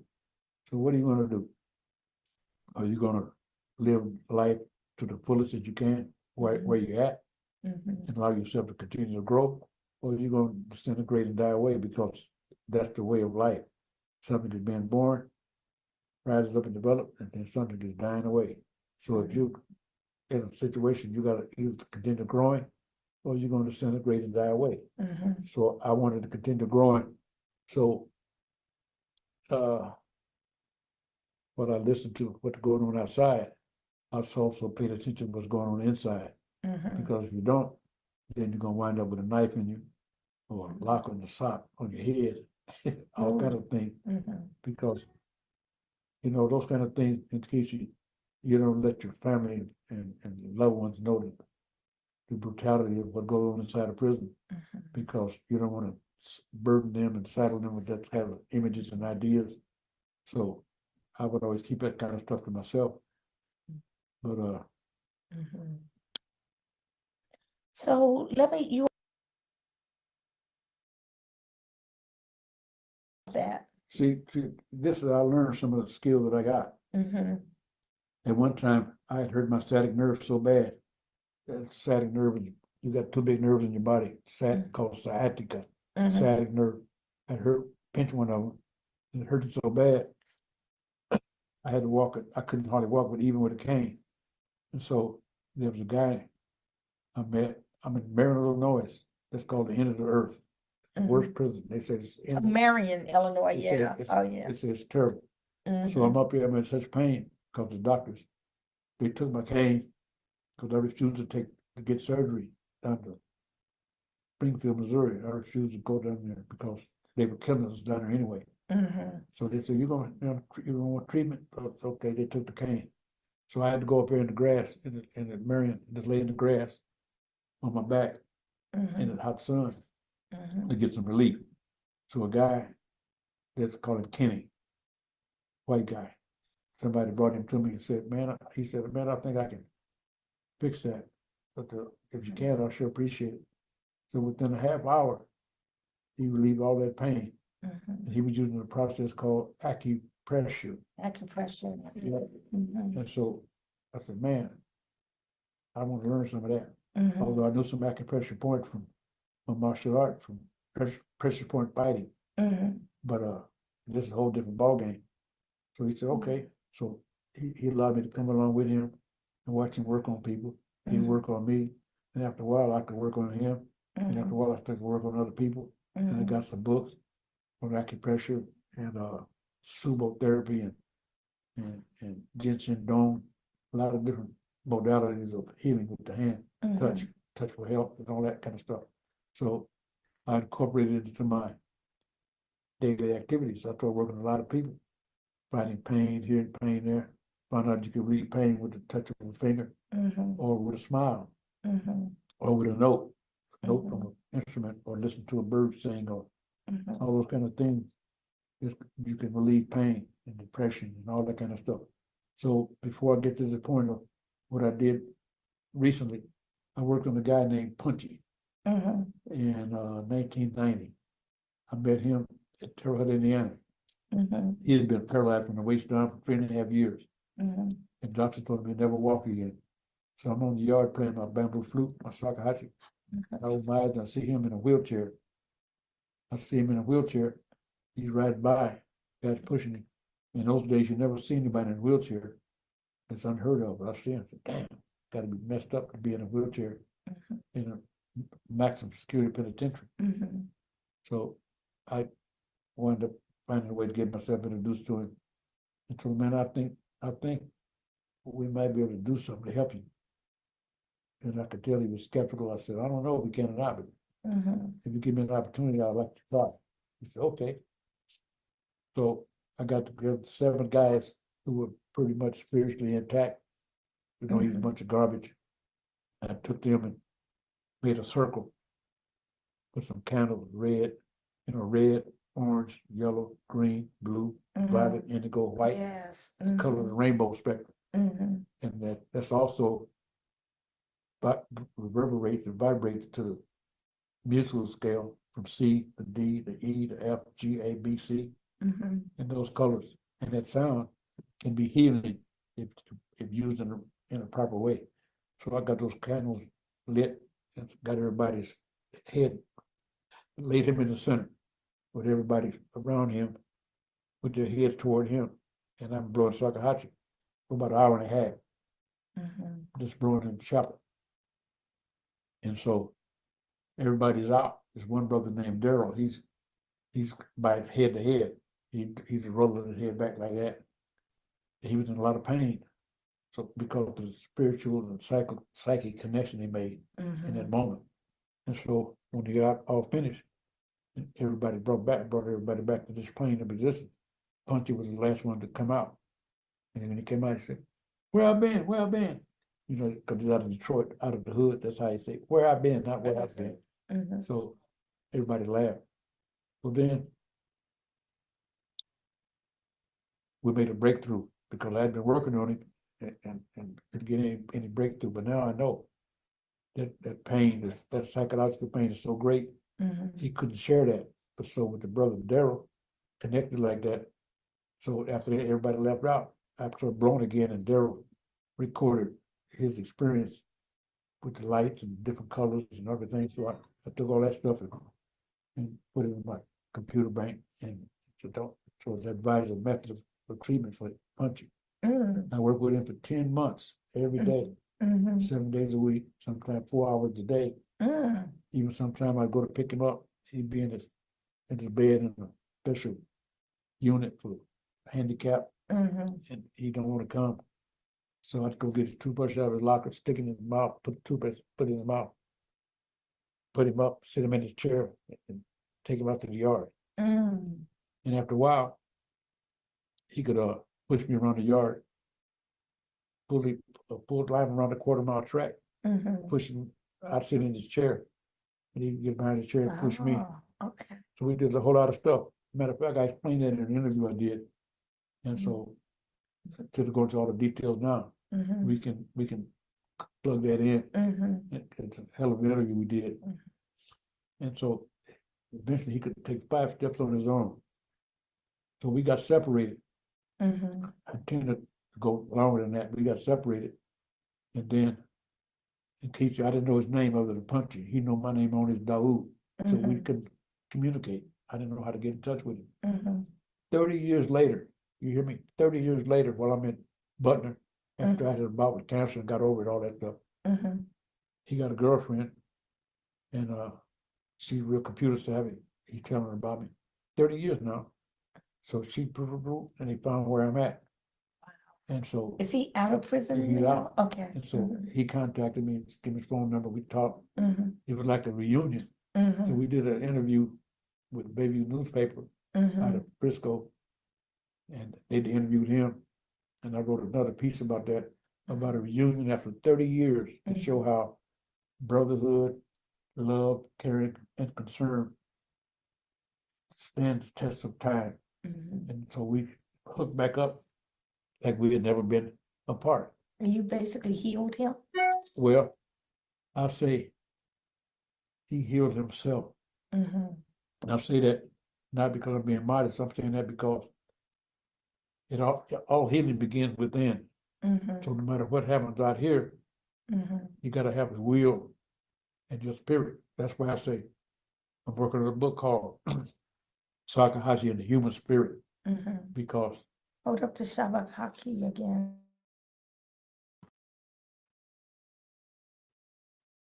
Okay, Redeemer. I did get in touch with Lenny Foster, and he's another elder, so he actually missed the emails and forgot, but he should be coming on. So I'll check and see if he's here. But you got the floor. I don't know if you want to do your bowls now or wait for it.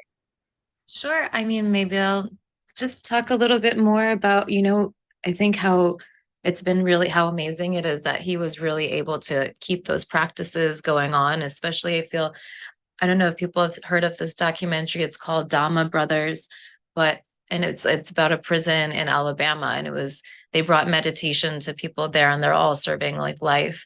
And at one point, the prison there actually banned people from doing meditation. So even though something, we think these activities are accessible in some situations, like in some of these states. And I think hopefully when Lenny comes on, he can really share some of the challenges he's faced, trying to bring some of this indigenous practices into these situations, because, even though these are really just natural healing and powerful remedies that should be accessible to everyone, there has been challenges with bringing something like meditation even into the systems. And at the end, the documentary showed how people had to go into hiding to continue to do, like they had to hide their doing meditation in these systems to keep it going. And eventually I think they did take it away. But I think it's really amazing how strong he's been able to keep, to be able to do what he's been doing and to provide and offer healing. And how important these mediums are for healing for people inside and connecting people inside and the outside. The fact that he can, music can transcend the borders of the prison walls and reach people all over the world. So music and, being able to provide people in the prison system with the ability to have these outlets is so important, because, and I think it's been really interesting to hear and see his journey with doing so. Is Lenny still not on yet? What I'm gonna do is he might be having trouble with the tech. I'm not sure, but just a quick heads up. I see Kwame is here, and I know our next panel is due to come up. Okay. I don't know if the other folks gonna be to call in from the prisons or not, but Jamal, just to give you a heads up, we might start you a little bit earlier, which will actually be good because that'll leave us with a little extra time for Q&A as well. So let me get on the phone again, and Redeemer, if you would like to do your bold thing, Sure. lack of a better word, while I call Lenny up again. Okay, sounds good. I can do a quick example. Can you hear the bowls? I just want to make sure you can hear them. Yep. Yeah, okay. Sorry, there was a Zoom where like the bowls couldn't be heard for some reason. But okay, so here's a meditation with the singing bowls. And so if everyone can find a comfortable seated position, reaching your head to the sky and your sit bones to the earth, rolling back your shoulders, and gently drawing your attention to the breath, either looking at a focal point in front of you or closing your eyes, whatever is most comfortable.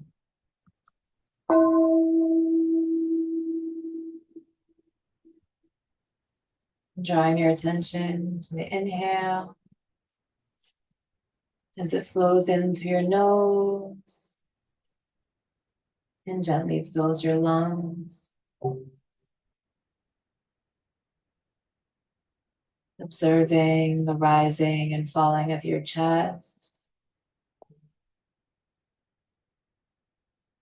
Expanding and contracting your abdomen.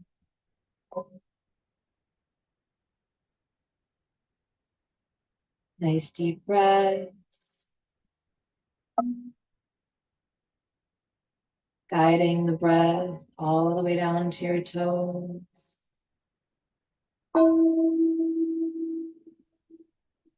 All the way down to your fingertips. And across your mind and scalp.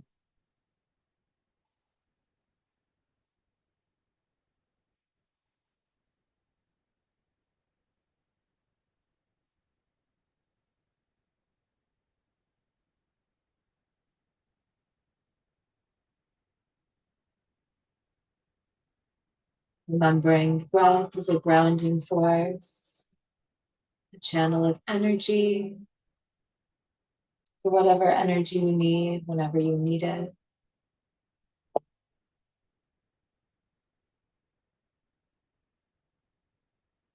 Observing your thoughts,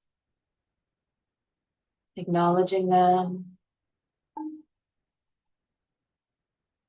As you exhale, let them go.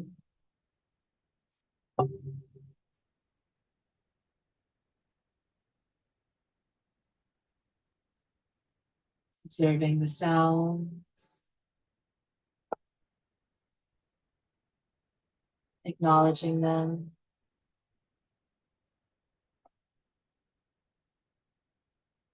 And as you exhale, let them be.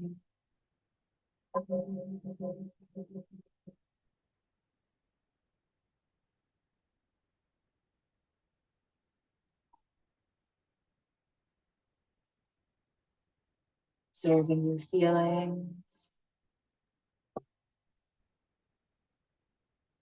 Where you feel them in your body.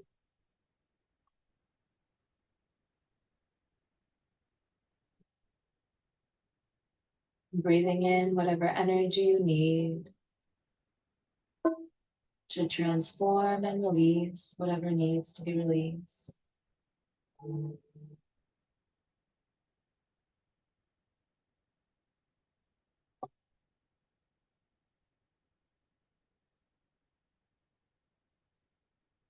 Nice deep breaths. Remembering the breath is a streaming flow of unity between our inner and outer universe.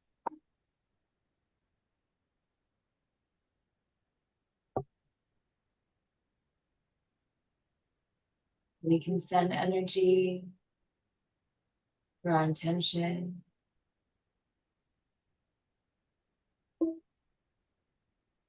And channel energy with the breath.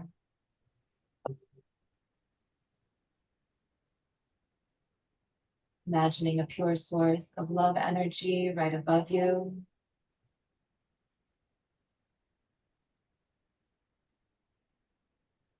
And like a gentle stream or waterfall, imagine that energy flowing from the crown of your head all the way down to your fingertips and all the way down to your toes. Calming and cooling, clearing and cleansing, everlasting.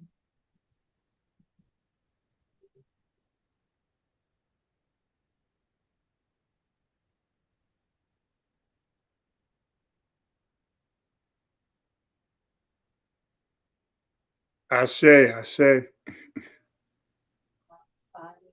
you are not this mind. You are something divine. Begin the day with love. Spend the day with love. Fill the day with love. And end the day with love. That is love. Namaste. Thank you, Redeemer. You're welcome. Yay, we have Lenny is here now. welcome. So honored to be speaking with you today.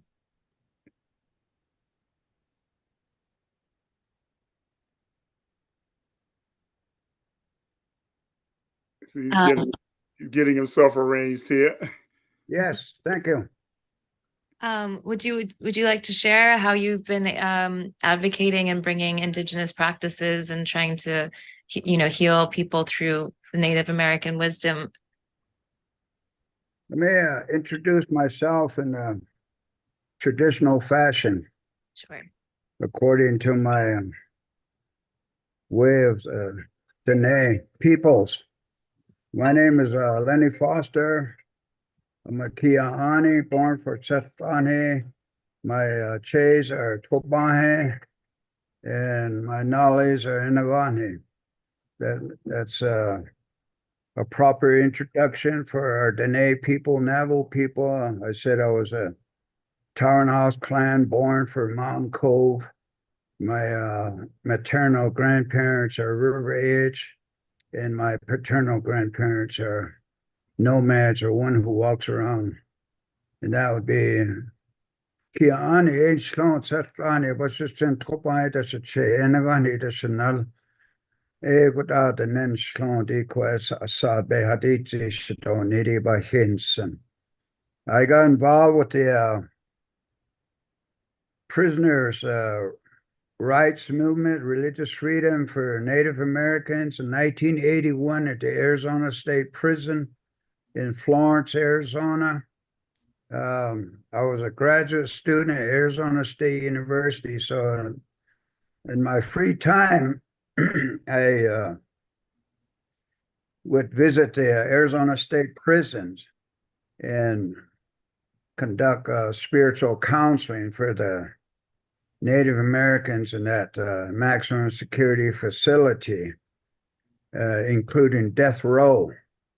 And one of the main requests from the Native American inmates or prisoners was, we would like to have access to a sweat lodge, an ancient ceremonial practice of our indigenous people, cleansing and a purification ceremonial. So I met with the chaplain and the warden at the facility, the Arizona Department of Corrections, and submitted a proposal to construct several sweat lodges in the facility there in Florence, and it was approved. And for the next 37 years, I conducted sweat lodge ceremonies for over 2,000 Native prisoners, and the ancient ceremonial practice of the cleansing and the purification involve cleansing with the sweat lodge and having access to spiritual leaders to conduct ceremonies, which I was one of them, and having use of the pipe to pray with. And this was all done in lieu of chaplains. Chaplains are employed by the Department of Corrections, the Federal Bureau of Prisons, who are usually Christians, but today they included Muslim and Islamic faith, or imam, and then also rabbi from the Jewish faith. But no Native Americans were represented, and most of the relatives that were incarcerated asked for traditional Native beliefs, practices. So I submitted a request and a proposal to do that. And I also worked with counsel death row inmates, of which 5 became my clients. And I was asked by the Native prisoners who were on death row awaiting their execution to be a witness to the execution because they had no one. And I agreed to do that. So I have that experience also, to be a witness to an execution. Not very pleasant, but that's a reality. Most of the Native Americans, and I should say all, requested a traditional Native practitioner to facilitate that and not have a chaplain who is of the Christian faith, or Christian belief. So that was something I had to work out. So there are 2 issues right there. One is the last rite ceremony done in a traditional fashion with Native Americans, and then the other was to have access to sweat lodge ceremonies every weekend. So you got to remember the Christian and the Jewish people, the Islamic, Muslim, they have their people advocating for them, and the prisons would accommodate that. So the Native Americans requested that I do that. So I was able to work on a diplomatic manner Initially, we had to resort to litigation or lawsuits to get that right. We had to submit lawsuits to get access to the pipe and submit lawsuits to get access to spiritual leaders to come in to the prison to conduct and instruct and lead these ceremonies, which I did. I'm a sun dancer, and I'm also a pipe carrier. I speak my Dene language. So I fit that profile of a traditional practitioner of providing these type of spiritual support. So it was difficult. It was very difficult because the prisons are run on a Christian way of thinking. The whole United States prison system is based on a model that comes from the Eastern Correctional Facility that the Quakers had implemented 200-300 years ago in Pennsylvania. So the whole United States prison system is based on that. But more recently, like I said, the Muslim and Islamic people, the faith, they have their imam going in to provide that spiritual support in the ceremonies, and also the Jewish, the rabbis. So I was able to do it for Native Americans, and there are a few others throughout the United States, probably maybe no more than 5. Fred Short, John Funmaker, Tex Joey,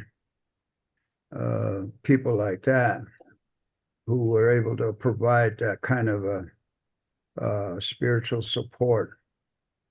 And when I say spiritual support, it was to have weekly ceremonies, weekly gatherings with the Native Americans, and usually it was held outside, outdoors, on the premises. It was an isolated area that we dedicate and bless, put up a sweat lodge. And the sweat lodge is an ancient ceremonial practice of many of the indigenous people in North America.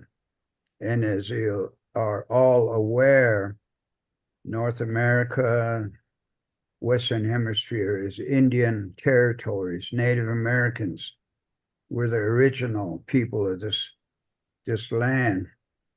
So we always felt it was our responsibility, our right to reach out to our people who were incarcerated through the federal courts and state courts and incarcerated.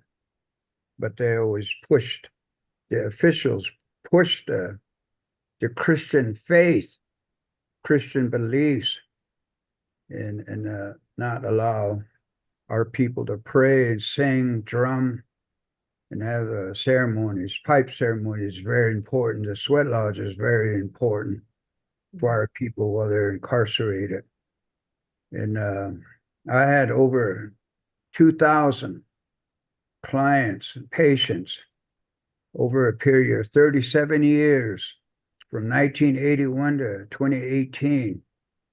And I built many, many sweat lodges in the United States prison system.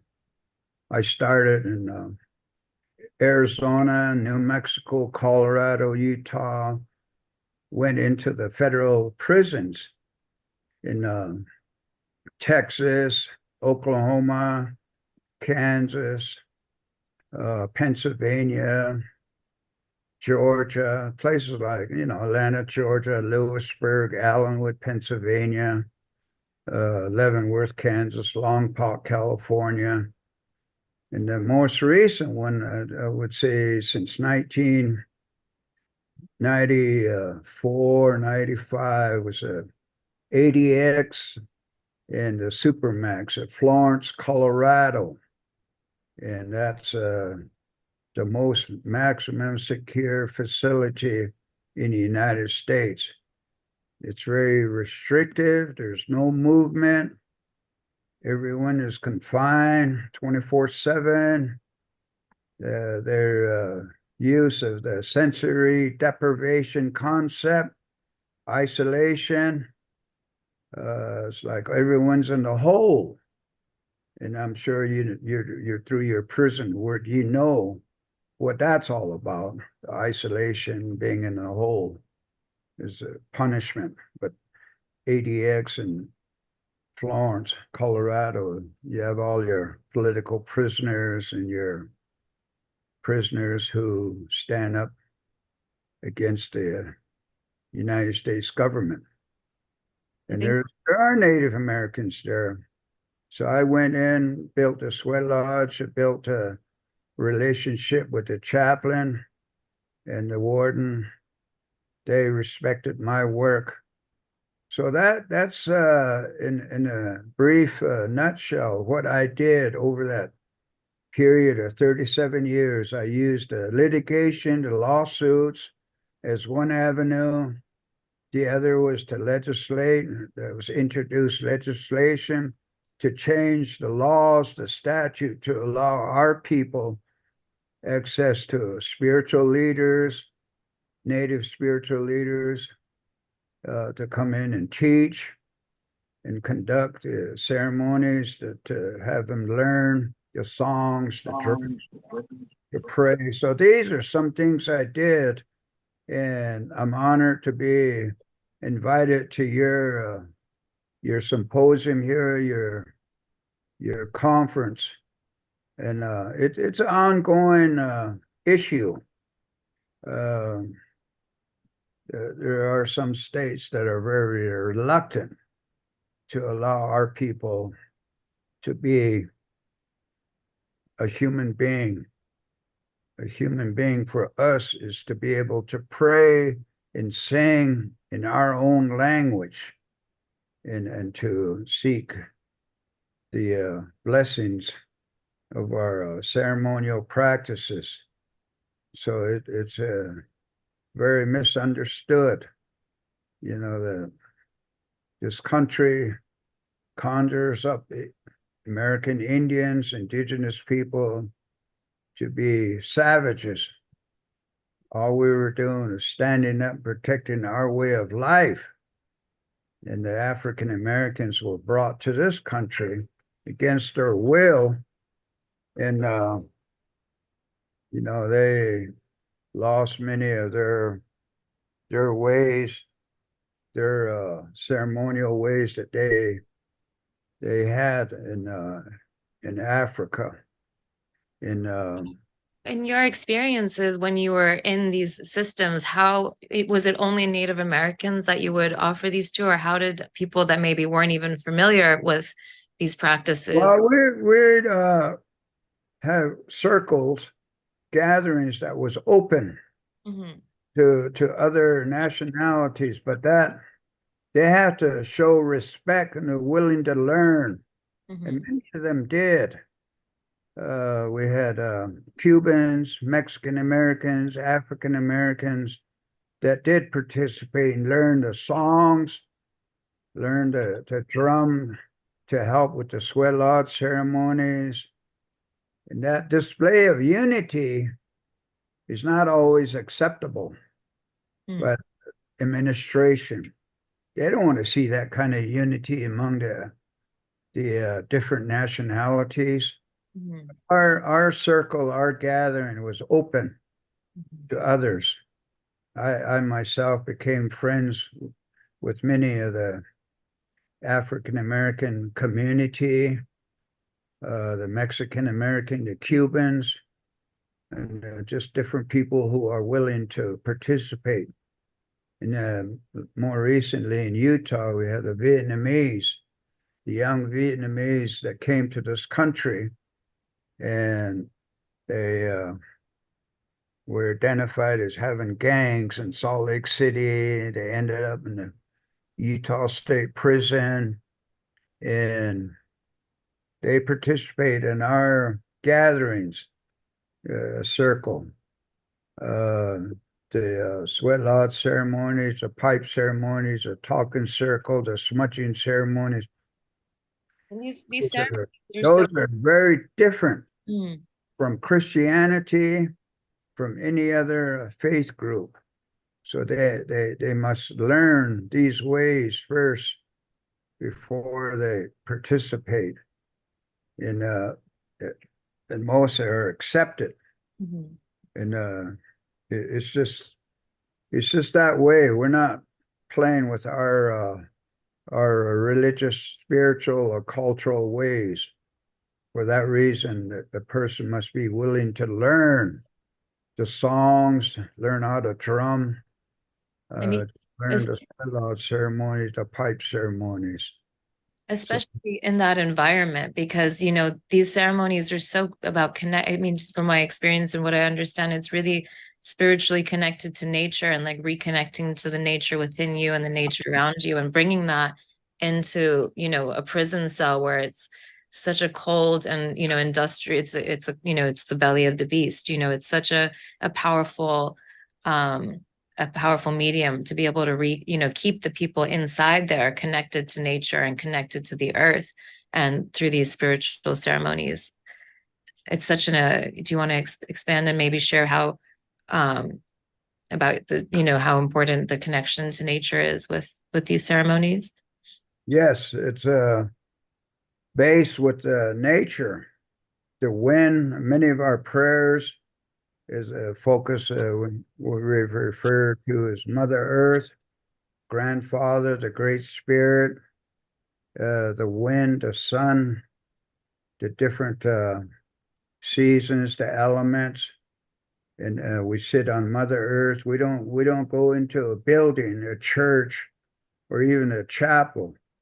Our sweat lodge is outdoors on the yard. It's an isolated area where only Native Americans are allowed.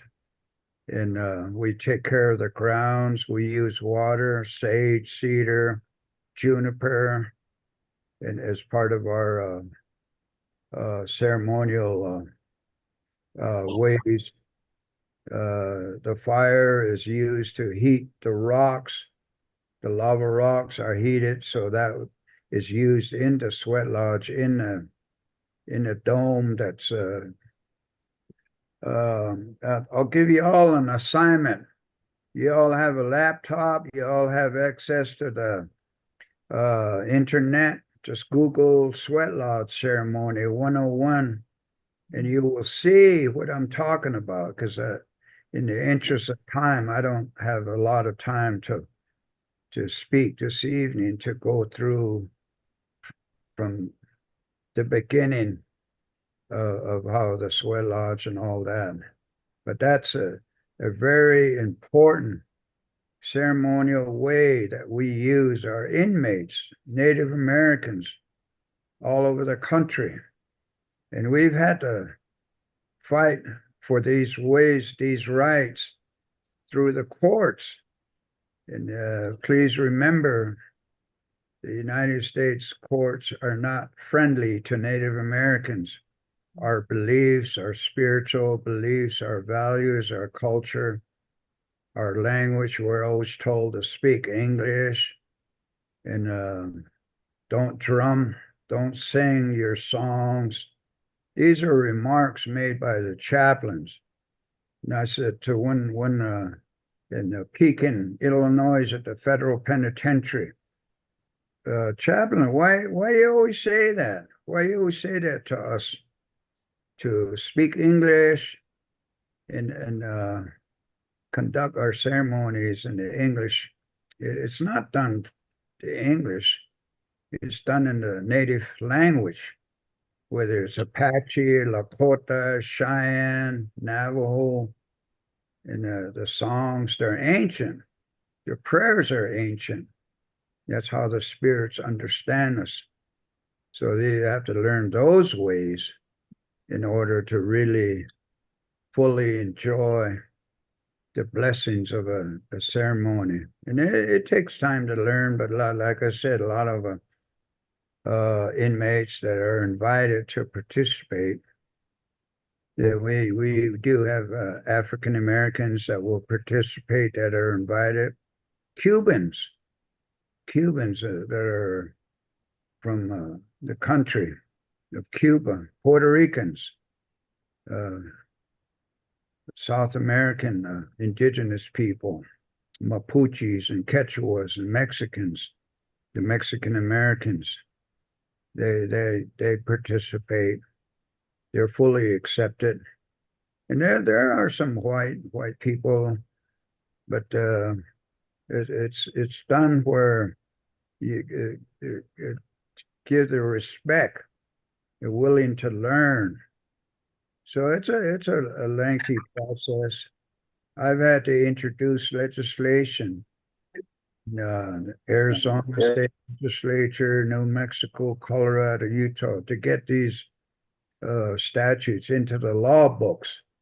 So we could implement the programs, what I'm talking about, pipe ceremonies, sweat lodge ceremonies, talking circle. The same as the Christian have their weekly service. They have AA and NA. They got Christian preachers, ministers that come into the prisons, and they have their circles and they have their teachings. The imam, they come into the prisons and teach their beliefs, their culture to the people that follow the Islamic and the Muslim faith. So in many ways, the prison system is a learning, teaching, respect, and learning their culture, their humanity, their sanity, because the prison system is a dangerous place. No, and it's made to be a punishment. It's not made to be a place, like that's why it's so important to advocate for these natural and these indigenous wisdoms to be able to offer people outlets that they can connect to. And it's so, the fact that you've had to go through legislation and so much hurdles to be able to. That's why I'm saying that we had to fight for this. They didn't give it to us. Yeah. They didn't say we're going to give you the First Amendment here and you're going to have the freedom of religion and freedom of expression. We've had to submit requests, proposals, and the legislation was a process, and the court decisions. We had to take it into court and have expert witness. I myself testified many times in federal court on the importance of having our our spiritual leaders to come in to teach, to have access to the sweat lodge, and to have firewood, to have lava rocks, blankets and tarps to cover the sweat lodge, and bring in the willow saplings. We had to go out to the country where Can you hear, Queen? Well, I think. Yeah, I hear. Oops. Well, it's amazing that you've been able to fight for this and to keep this, traditions and bring these into these necessary and very needed situations where people are being so disconnected from nature, like especially people facing and being in solitary confinement for years and years and years. So, offering these outlets, so that they can get through these situations is so key and so important. I think we're pretty much out. Are we out of time now, Shep? Yeah. So thank you so much, Lenny Foster, for sharing your wisdom. I just want to leave it on a little meditation that goes: breathe in love, hold gratitude, exhale compassion. And thank you for inviting me, and I think another time, definitely an hour or two, we could talk more about it and share.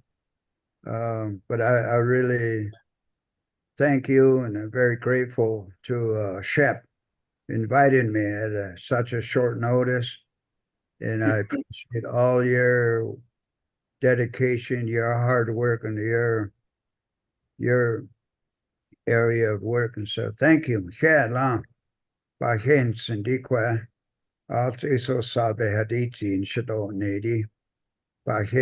thank you very much. Thank you so much. Thank you. I hope. And Lenny, you can hang out for a minute. We got one more. We got people calling in from the prisons, and then we're gonna have a short Q&A if you want to hang out with us. Thank you, Redeemer. So much. Okay, Brother Jamal. I know Kwame's been around. I don't know who else might have come in. And Ryan, you can get those slides ready for Jamal. I don't know when he's going to put that in. Jamal, you got the floor. Thank you. Thank you, Brother Shep. Is it possible that it may be easier if I can share my screen? Yes, definitely. All right. I see Brother Kwame here. We have Reverend Joy. I'd like to greet everyone in the universal greetings. I would like to say that my name is, I come in the divine attribute of Jamal Wali Allah. I am a veteran of the 5% Nation, over 30-year veteran of the 5% Nation, and I am also registered with the Nation of Islam, Prison Reform Ministry. Say thank Brother Shep for having me here. We're going to have Brother Kwame, who's going to come in. He is the director and one of the founder of Prison Lives Matter. He's going to be speaking to us, and he's going to be expressing his platform on exactly the prison conditions. And we also have the beautiful Reverend Joy. She's going to be coming and speaking. Reverend Joy is a community activist.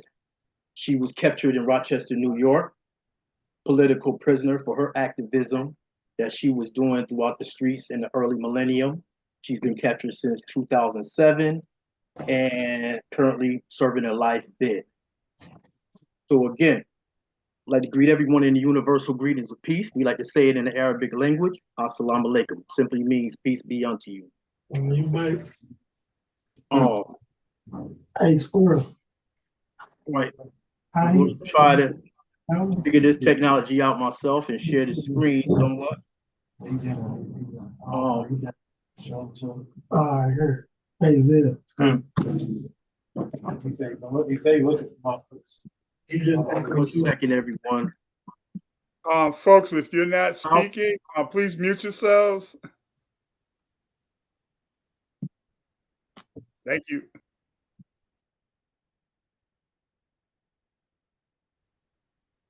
Okay, beautiful. Well, first I'm going to give a short little presentation of I myself has also did 20 years in the penitentiary system. Okay, so I do have the living experience with incarceration, as well as working through the prison reform ministry. I'm not as a chaplain, only as a community-based activist.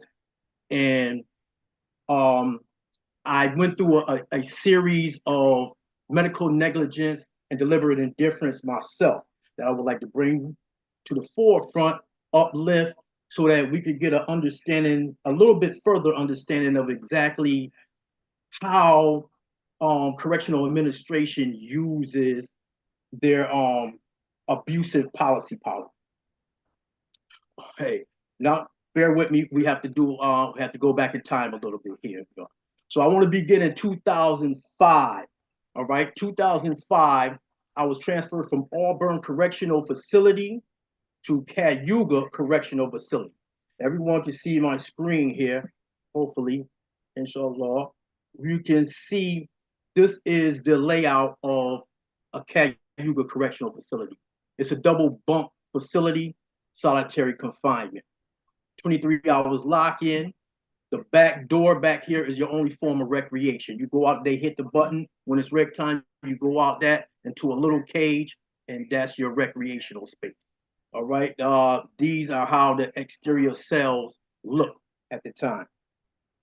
So again, 2005, I was transferred from Auburn Correctional Facility, New York State, to Cayuga to begin it started out actually as a 90-day SHU sentence. As soon as I got there, harassment began. First of all, I did not agree with the double bunk situation. It was something starting out new, fresh in New York State, if everyone remembers, and it was horrendous. New York State already had homicide happening in these lockups, these double bunk situations. As soon as I got there, food tampering started. Trying to fit individuals in the cell who are uncompatible, and they know it's uncompatible with an individual. Again, I've been a 5%er, like I said, for over 30 some odd years. So, you know, I didn't have a problem with gang activity, anything like that, but they would mix match the gang members and stuff like that to cause chaos in different situations.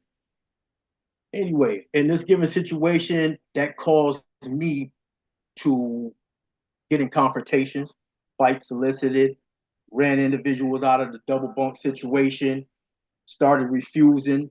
That accumulated more disciplinary tickets.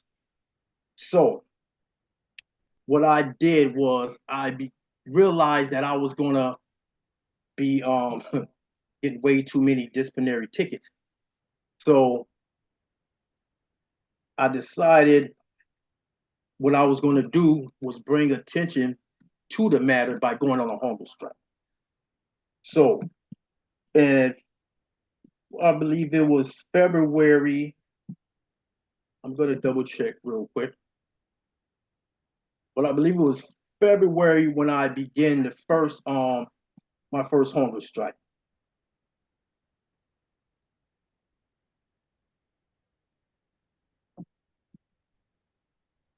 Okay, I'm going to try to go through this as swiftly as possible so we can get the other panelists on as swiftly as possible. Okay.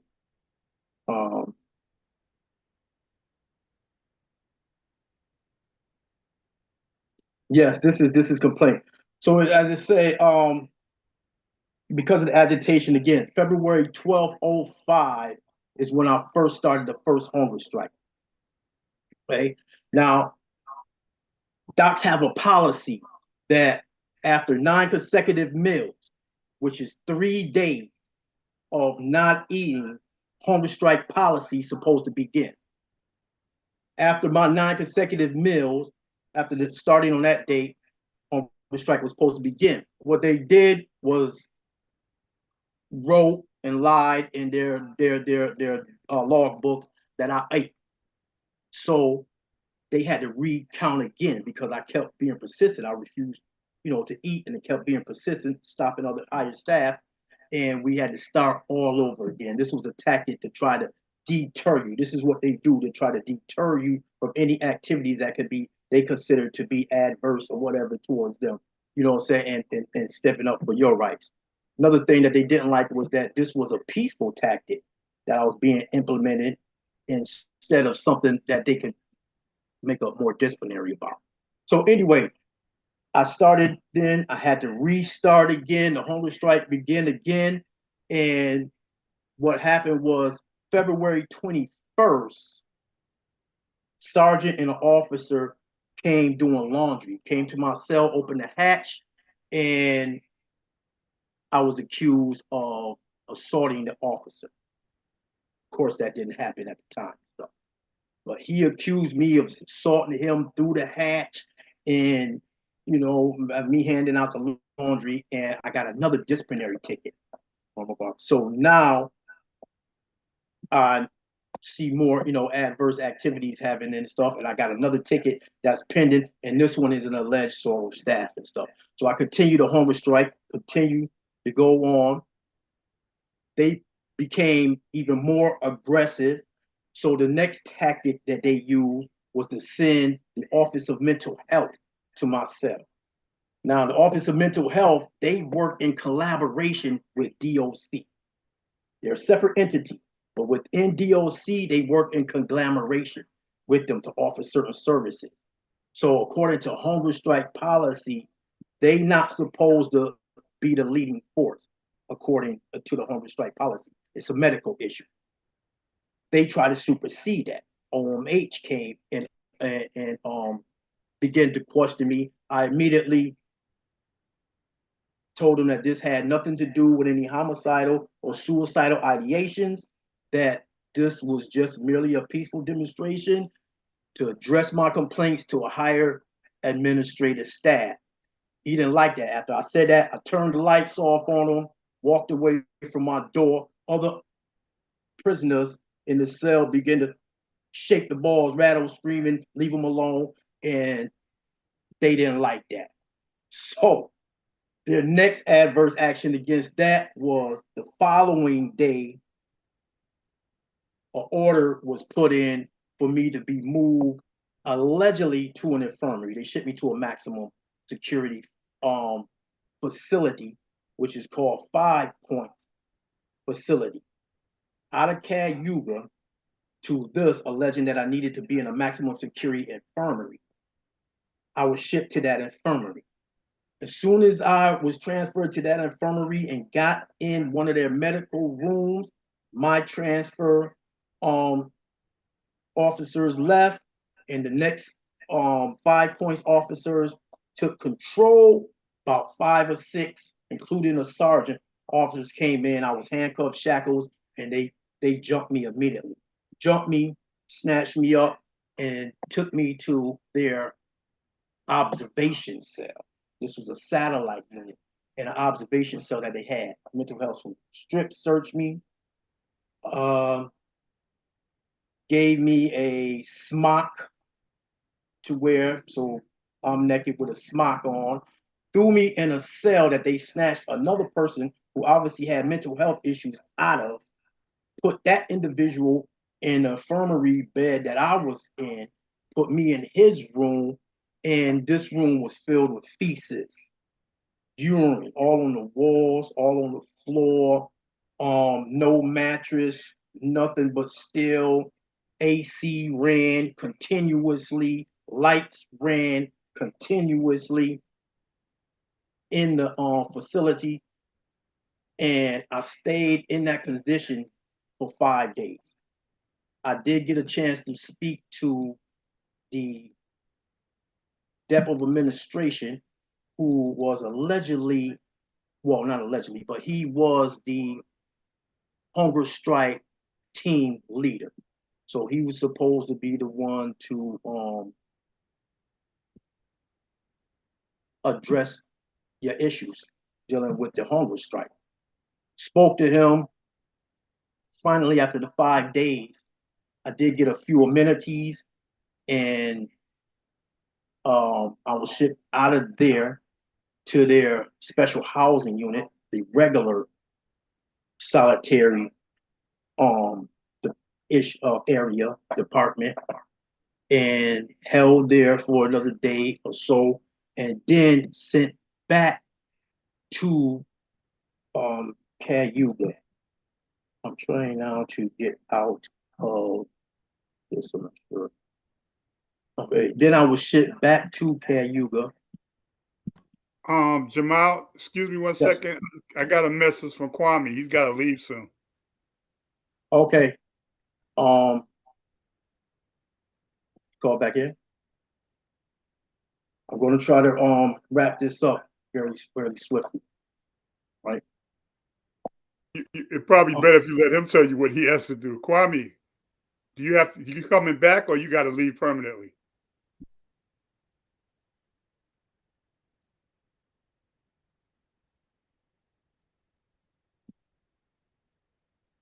That was at 8:27. He's still here, I guess.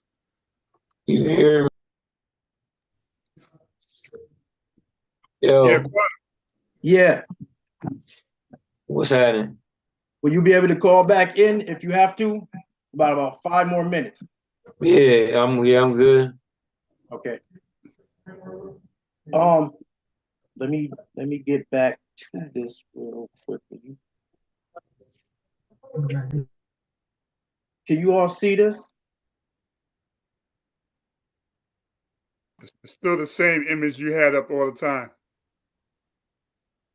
Which is this the SHU? Can you see this image? There you go. All right. Well, this image right here is the appearance of the satellite unit that they took me from the infirmary from into there. Because of this issue here is when I filed the case titled Brown versus Poole. Poole was a superintendent at 5 Points at the time. I filed that case because of that wrongful confinement, wrongful transfer, and the conditions like I was in at that point in time. Again, that was another abuse of their policy and procedures. So once they transferred me out of there back to Cayuga Correctional Facility, all right, after I ended the hunger strike then, because they agreed to get me out of the double bunk situation. I went from there. They shipped me after they conducted a hearing on the assault, shipped me out of there and sent me back to Southport Correctional Facility. Southport Correctional Facility was New York's supermax. It was established in 1991. It was its first and oldest supermax facility, held individuals, and a report had been conducted in 2017 on an article by Victoria Law, who showed, the deployable conditions that was in there, and all of the individuals who truly needed mental health, individuals who was being racial attacked and assaulted, and abuses that was going on in South Point. So this is an article that can be looked up if anybody wanted to look it up. Google this: New York's oldest supermax prison closes. This facility was eventually shut down in 2022, I believe, exactly. All right. Now, when I got shipped to this facility, of course, retaliation continued. So again, I walked right into a situation where there was assaults, and continuously, especially because I filed the Brown versus Poole case. Now, the Brown versus Poole case just gave them another reason to become more retaliatory. So now they started, after the abuse and the assault continued there, I believe I got there in maybe December or something like that. But anyway, there were several months that the abuse just, kept going on and stuff. So I eventually filed more grievances, filed another case dealing with another case, which became the Brown versus Poole case. What I did was figured I had to document each and every one of these actions and keep it continuously going every time there was adverse actions, being, even if I had to amend these cases. So again, I went on a hunger strike here at Southport.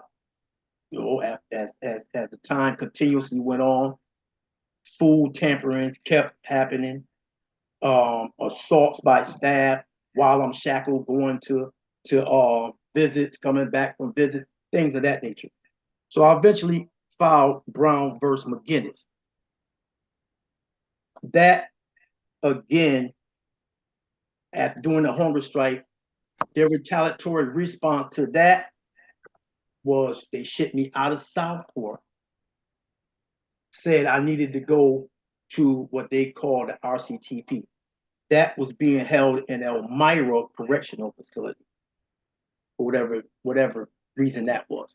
RCTP is a residential crisis treatment center that is operated by OMH, Office of Mental Health, separate from DOC, but they work in conjunction. So again, they use that similar tactic and shipped me to that place there. Similar conditions happened again and stuff with the strip cell and whatnot. I went through different evaluations and whatnot and stuff. And of course, that, no psychosis or anything like that was found. The hunger strike was deemed adequate. I spoke to superintendent there at the time, We got some resolution there. I resolved the hunger strike, went back to Southport again after that. And then when they shipped me to Southport, they immediately shipped me out of there back to Auburn Correctional Facility under another false classification. So now they use the security. Jamal, you got like 1 minute, bro. All right. You got 2 phone calls to catch up with. All right. All right. So, all right, but this is coming to a conclusion. Well, now, so anyway, they shipped me to Auburn Correctional Facility, right? And you can see in the depiction here, the cells here, very isolated, you know, for population. And I had to litigate again to get myself out from under that false classification. So a long story, eventually I got that classification dissolved off my record, name cleared. I got a time cut, got down to keep lock for a little while. My litigations, I had to continue prosecuting the same 2 cases that I had already filed, Poole and the McGinnis case. So I'm still litigating those cases, and of course, they're still attacking me. So by 2007, I'm still in Auburn. They shipped me out of Auburn, not knowing really what to do, back to Southport to try to, dissolve the case by shipping me back, because the McGinnis case is, from Southport. So as soon as I got the intake, I was assaulted by 6 officers again, snatched out of the cell, and I immediately shut down, went on a hunger strike. This time I went straight through. I ended up staying in Southport Infirmary. I did 4 months on a hunger strike, where they was starting to force feed me through the nose with a nasal gastric tube feed. All right. In order to finish litigating my cases and get everything out, I continued with the hunger strike. For 4 months, I stayed there. I went through the hunger strike, force feed. After that, they shipped me out of that to their, what they call, regional medical unit. It was WASH Facility Regional Medical Unit. This is similar to Kamau Sadiki. The place where he's at is a medical unit. You see on the files, on the pictures here. It's set up like a house, like a hospital or medical unit, but conditions are extremely worse, deplorable, and medical is not there. They kept me there in isolation to hide me out.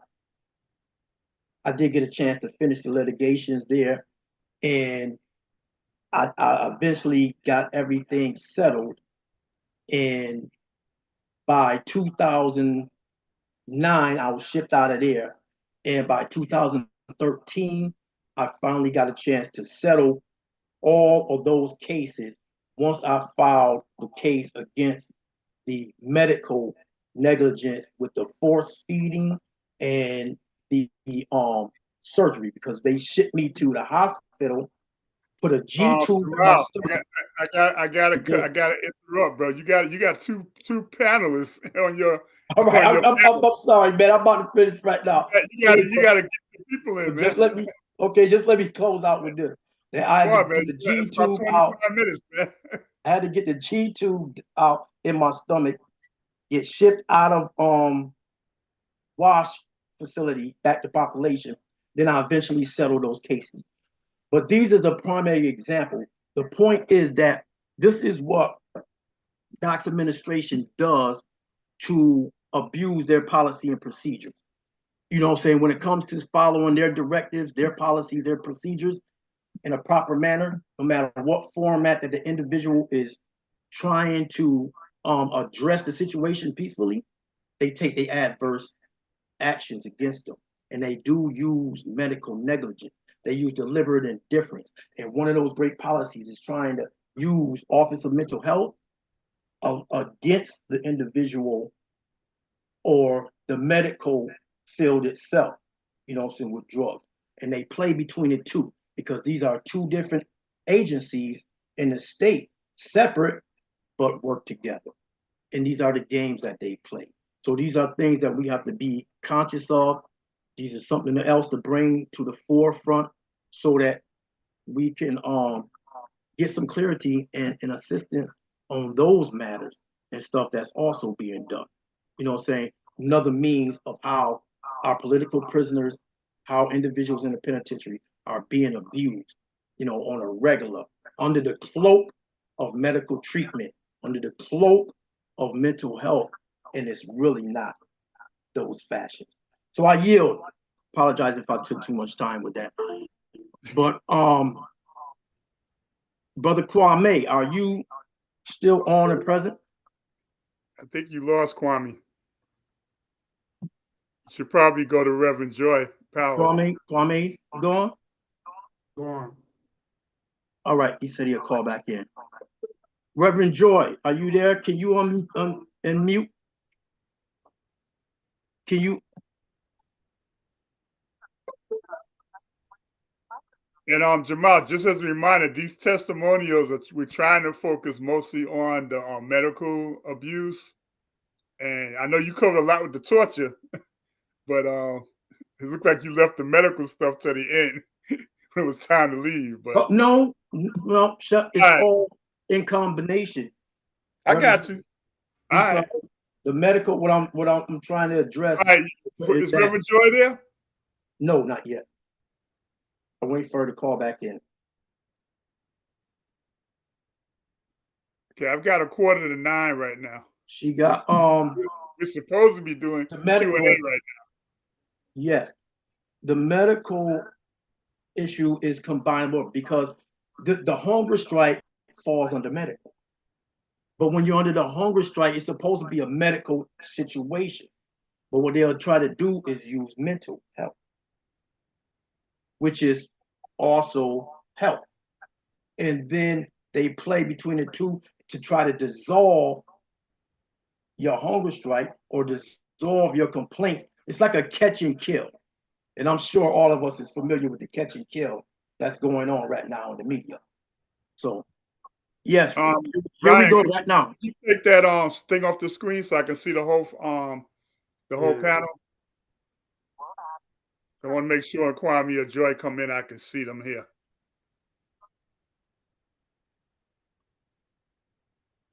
I just got a message from your one of your committee members, Jamal, that in the future we got people calling in from prison. They need to have that priority on the speaking. Big facts. Ryan, can you get rid of that? Yeah, I'm trying. Okay. Jamal's shared the screen, so you could unshare my screen. I'm sorry. Okay, there we go. Now I can see everybody. All right, now can be unplug the phone at the bottom? I mean, muted. Several of them.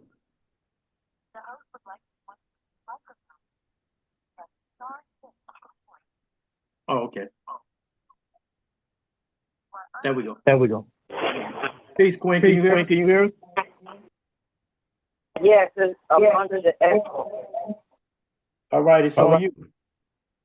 Jamal, you got to turn off your phone. Can you hear? Yeah, where's the echo? Yes, I'm here, but where's all the echo coming from? Hello? Yeah, well, I got to bring you in. She's here. You got to turn off your phone. You got to turn your phone off. Is Brother Kwame coming on as well? He has to come back because he had to leave. So. Jamal, once you turn off your phone, let us know.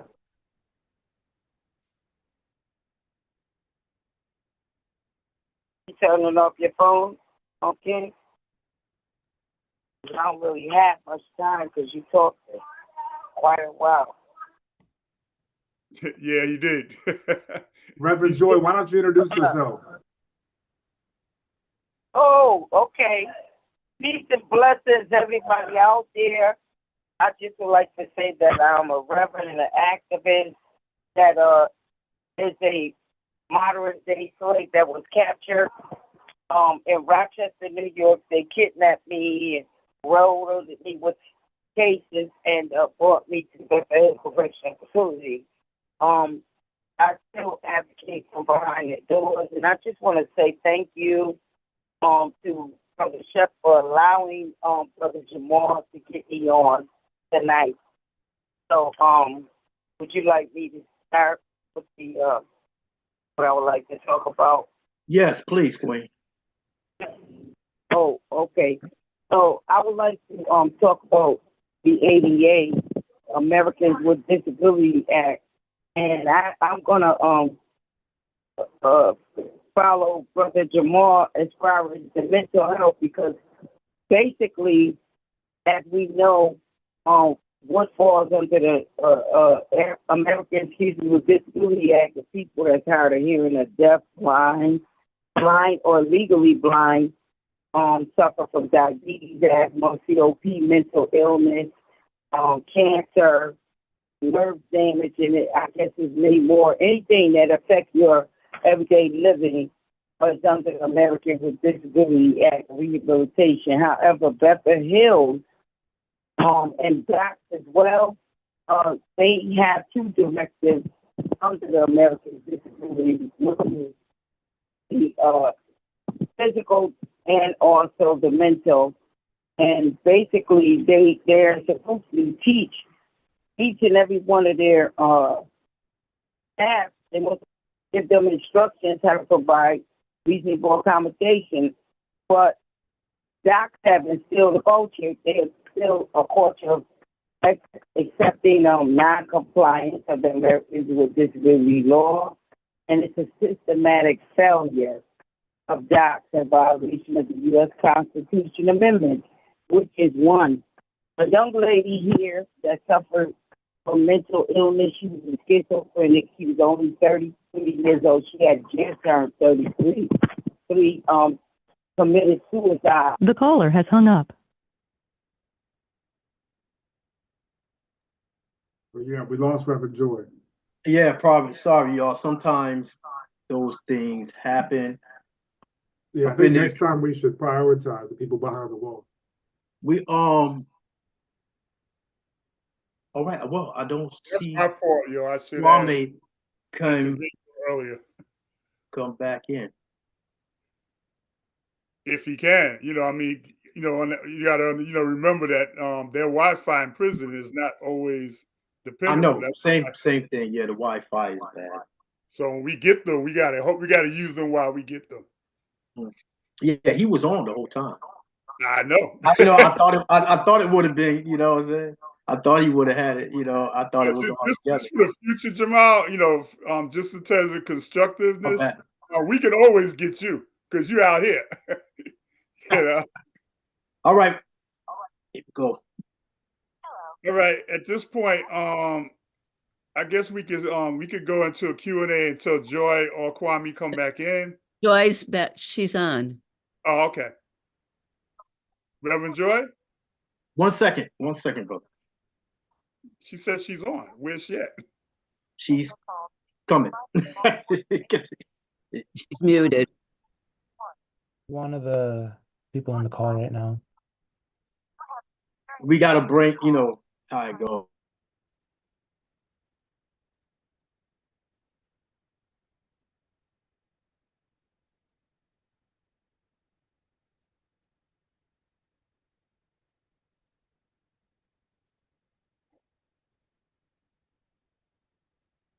Both of y'all on mute now.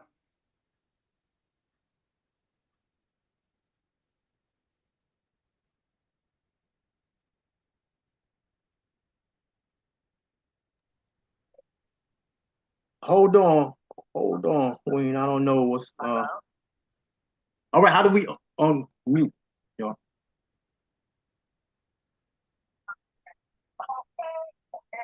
*6 not working. Anybody? Well, she's on mute here and on our screen. Right. How do we get that unmuted? I don't know. I pressed. It's not unmuting right now. Hold on. I'm sorry. Here we go.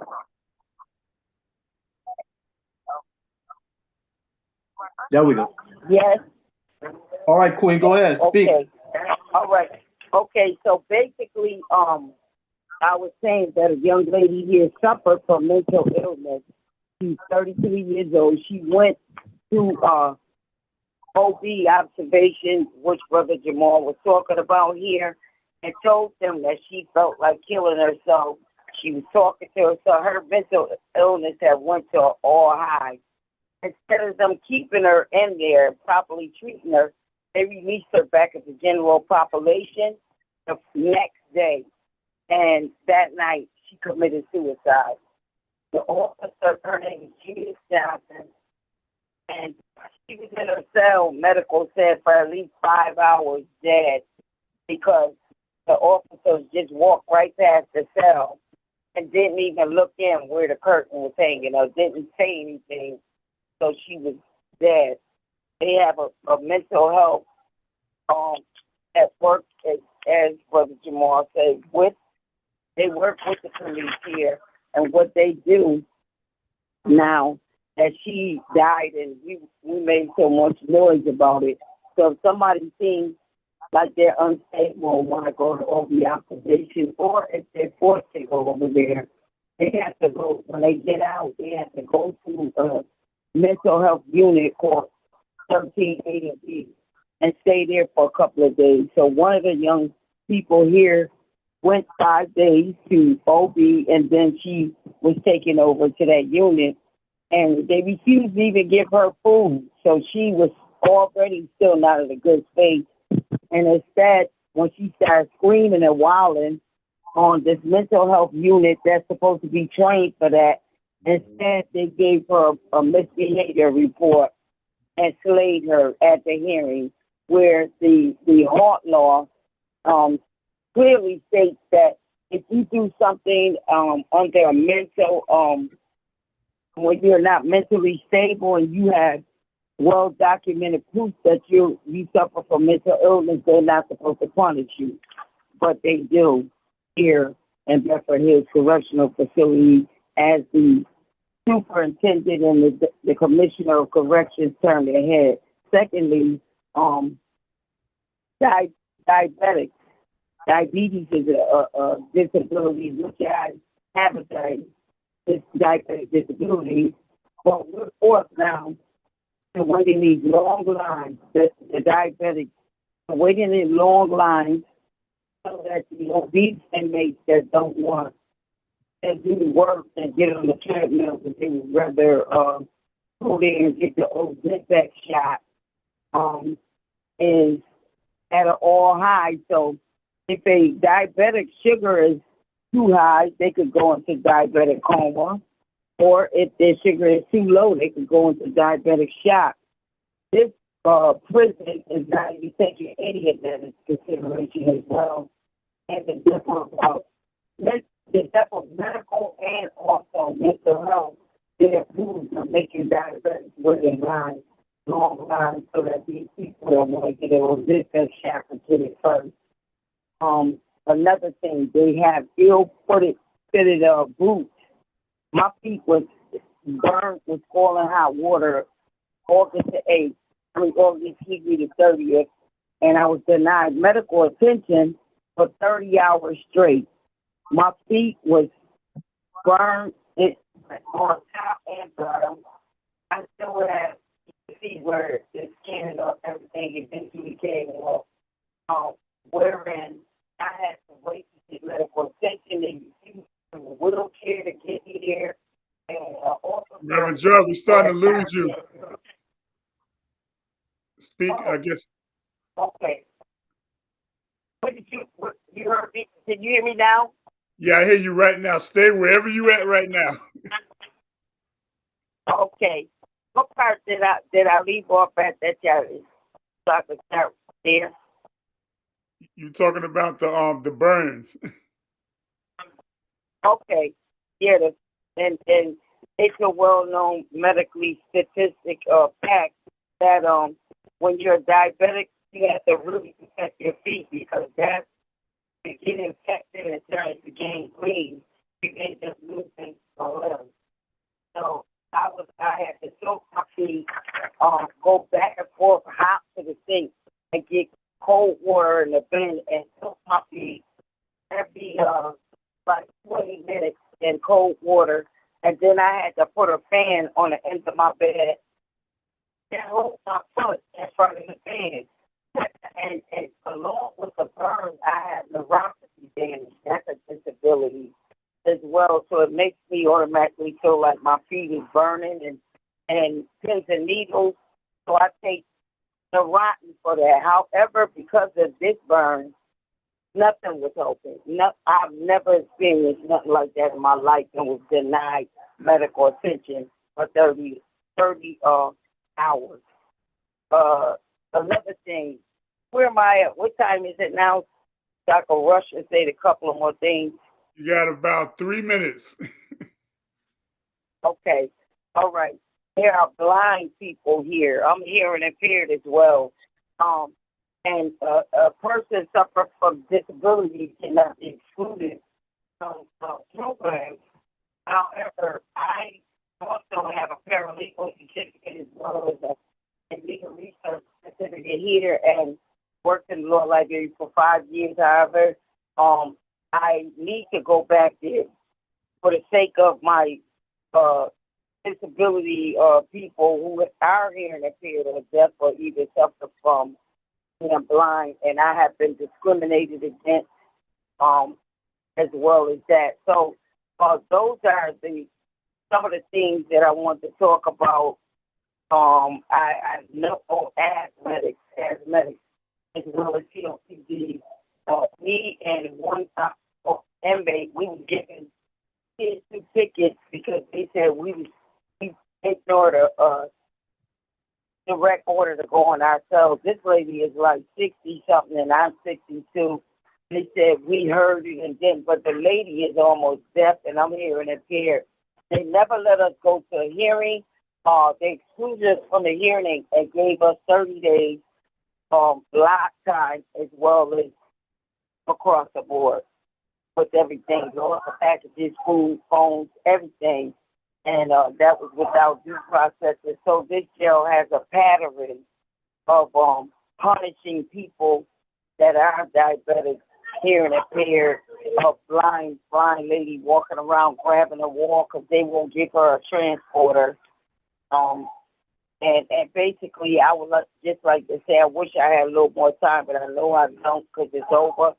So God bless you all, and thank you very, very much. I forgot to say, I am 100% actually and factually innocent as well. Thank you. All right, Reverend Joy, before you leave, just to let you and everyone else know, this was just meant to be a follow-up from our last conference. Next year, we do plan on having a weekend or a hybrid weekend conference where you have more time as well as the other regions in this country. So we'll be able to do that. And Jamal, you'll be able to have some time.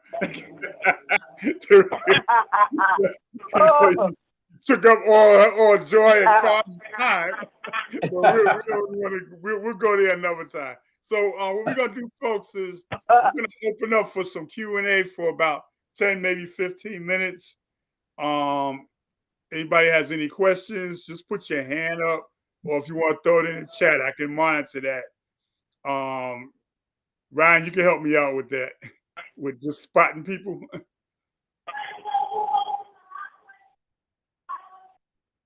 So anybody got any questions for the panelists that are here?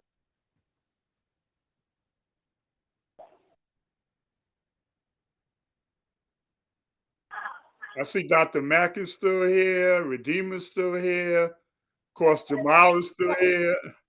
Dr. Alvarez is still here.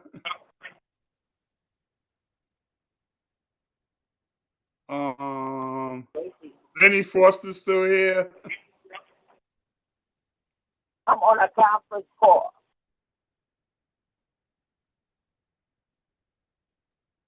And Reverend Joy is still here.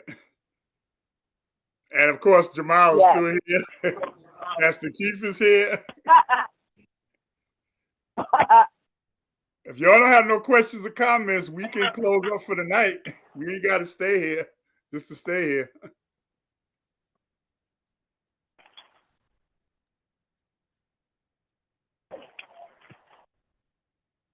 Dr. Alvarez has a question. Thank you, Eileen. Go ahead, Doc.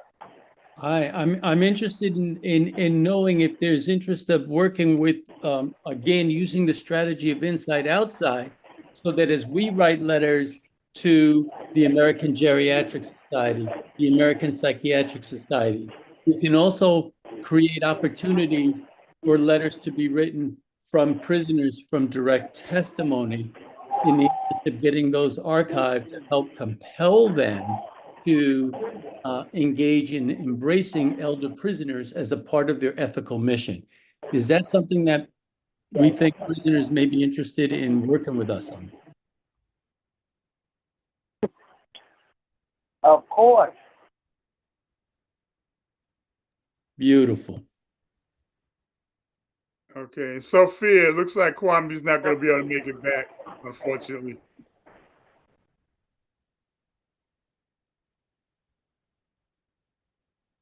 Anyone else?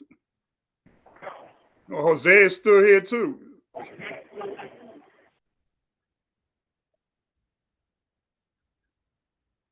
All right, so I'm going to do closing comments now. I guess we just, Dr. Alvarez, you have anything to close out with?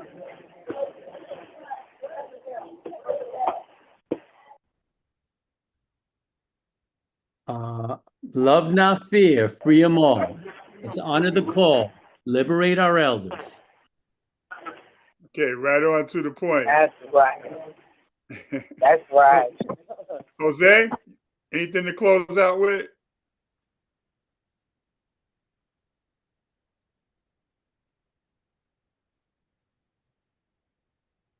Yes, I would just add that invite everybody to the rapcampaign.com website to look at all the events we have coming on. And we need community support to push these politicians to do the right thing and pass both these bills this year. Right. Thank you, Jose.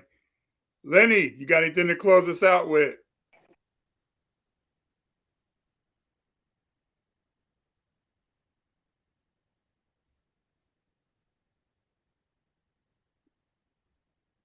You're on mute.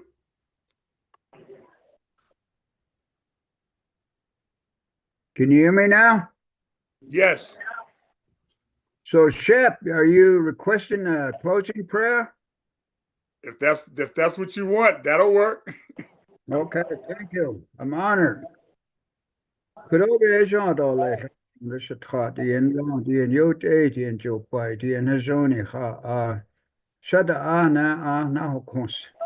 Just not change short shift or course street, the bench are just the end on a thing, the Bacado taught us launch all on Ben. Ben gets seed of Ben gets get of Ben on see case. I don't think can hat be at and he nabiat and gets hats and be at a yet a Jonah H at the end. But a dinner Ben John on Hanat him. They call shit and then long balash flat and long he caco a con. Janit etole, die konzerte, asko behind lado lech ashok nishat die en long. Die en jot die en job by die en hezoni, die kon chitenen long, die kon banan nishat eid lao, die kon walia hotsa. Gut war, die kan nishat eid, oh, eid and long, die kon beyest and long, jay an house trada.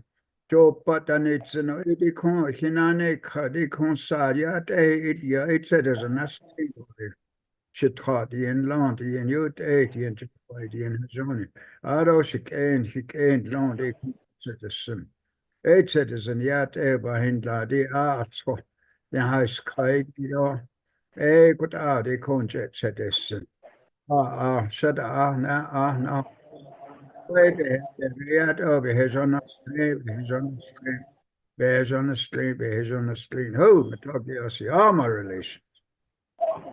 Poka, Yopo. I hope.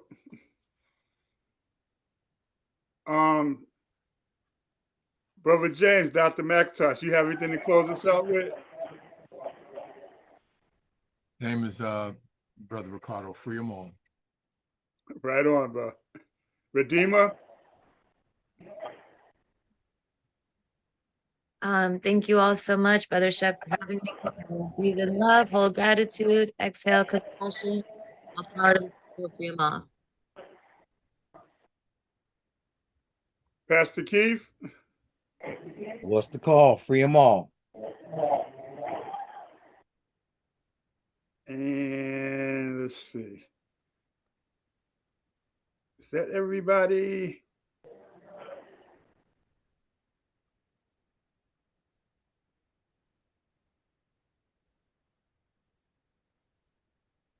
All right. Thanks everyone for coming. And we have a tomorrow our weekly International Campaign to Free Kamau Sadiki meeting at 7 p.m. Eastern Time. If folks want to come and join us to help us bring that brother home, please do.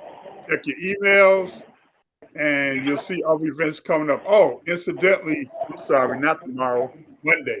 Tomorrow we have a political prisoner fundraiser concert in Harlem. So if you're in New York, come down to the Shrine in Harlem and get some good music and vibes and help us raise some money for our political prisoners and prisoners of war. Everybody unmute so we can close out the way we're supposed to. Question. So you say that there's something at the Shrine in Harlem. What's the address for that? Redeemer, give him that address real quick. I'm on 130. Hold on. Adam Clayton Powell and 133rd. Yeah, 130. Adam Clayton Powell and 133rd. Thank you. Yeah, 7th Avenue and 133rd in Harlem. And we can send you the flyer if you throw your email in the chat. I will right now. Okay, we'll put you in the network as well. That goes to anybody else here that's not in our flyers in the chat. Network. Thank you so much. All right, everybody, unmute. Let's get out of here. Baba Zaid, I see you here. Unmute yourself. Anita, Marta, Jose.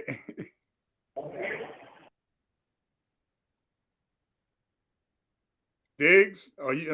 I see. Looks like T. You know who that is. Marta, just you. And Ryan. Thank you, Ryan, for all your help. I know you're under the weather and you got through this. Really appreciate that. What's the call? Free them all. Free them all. Free them all. Free them all. Free them all. All power to the people. Right.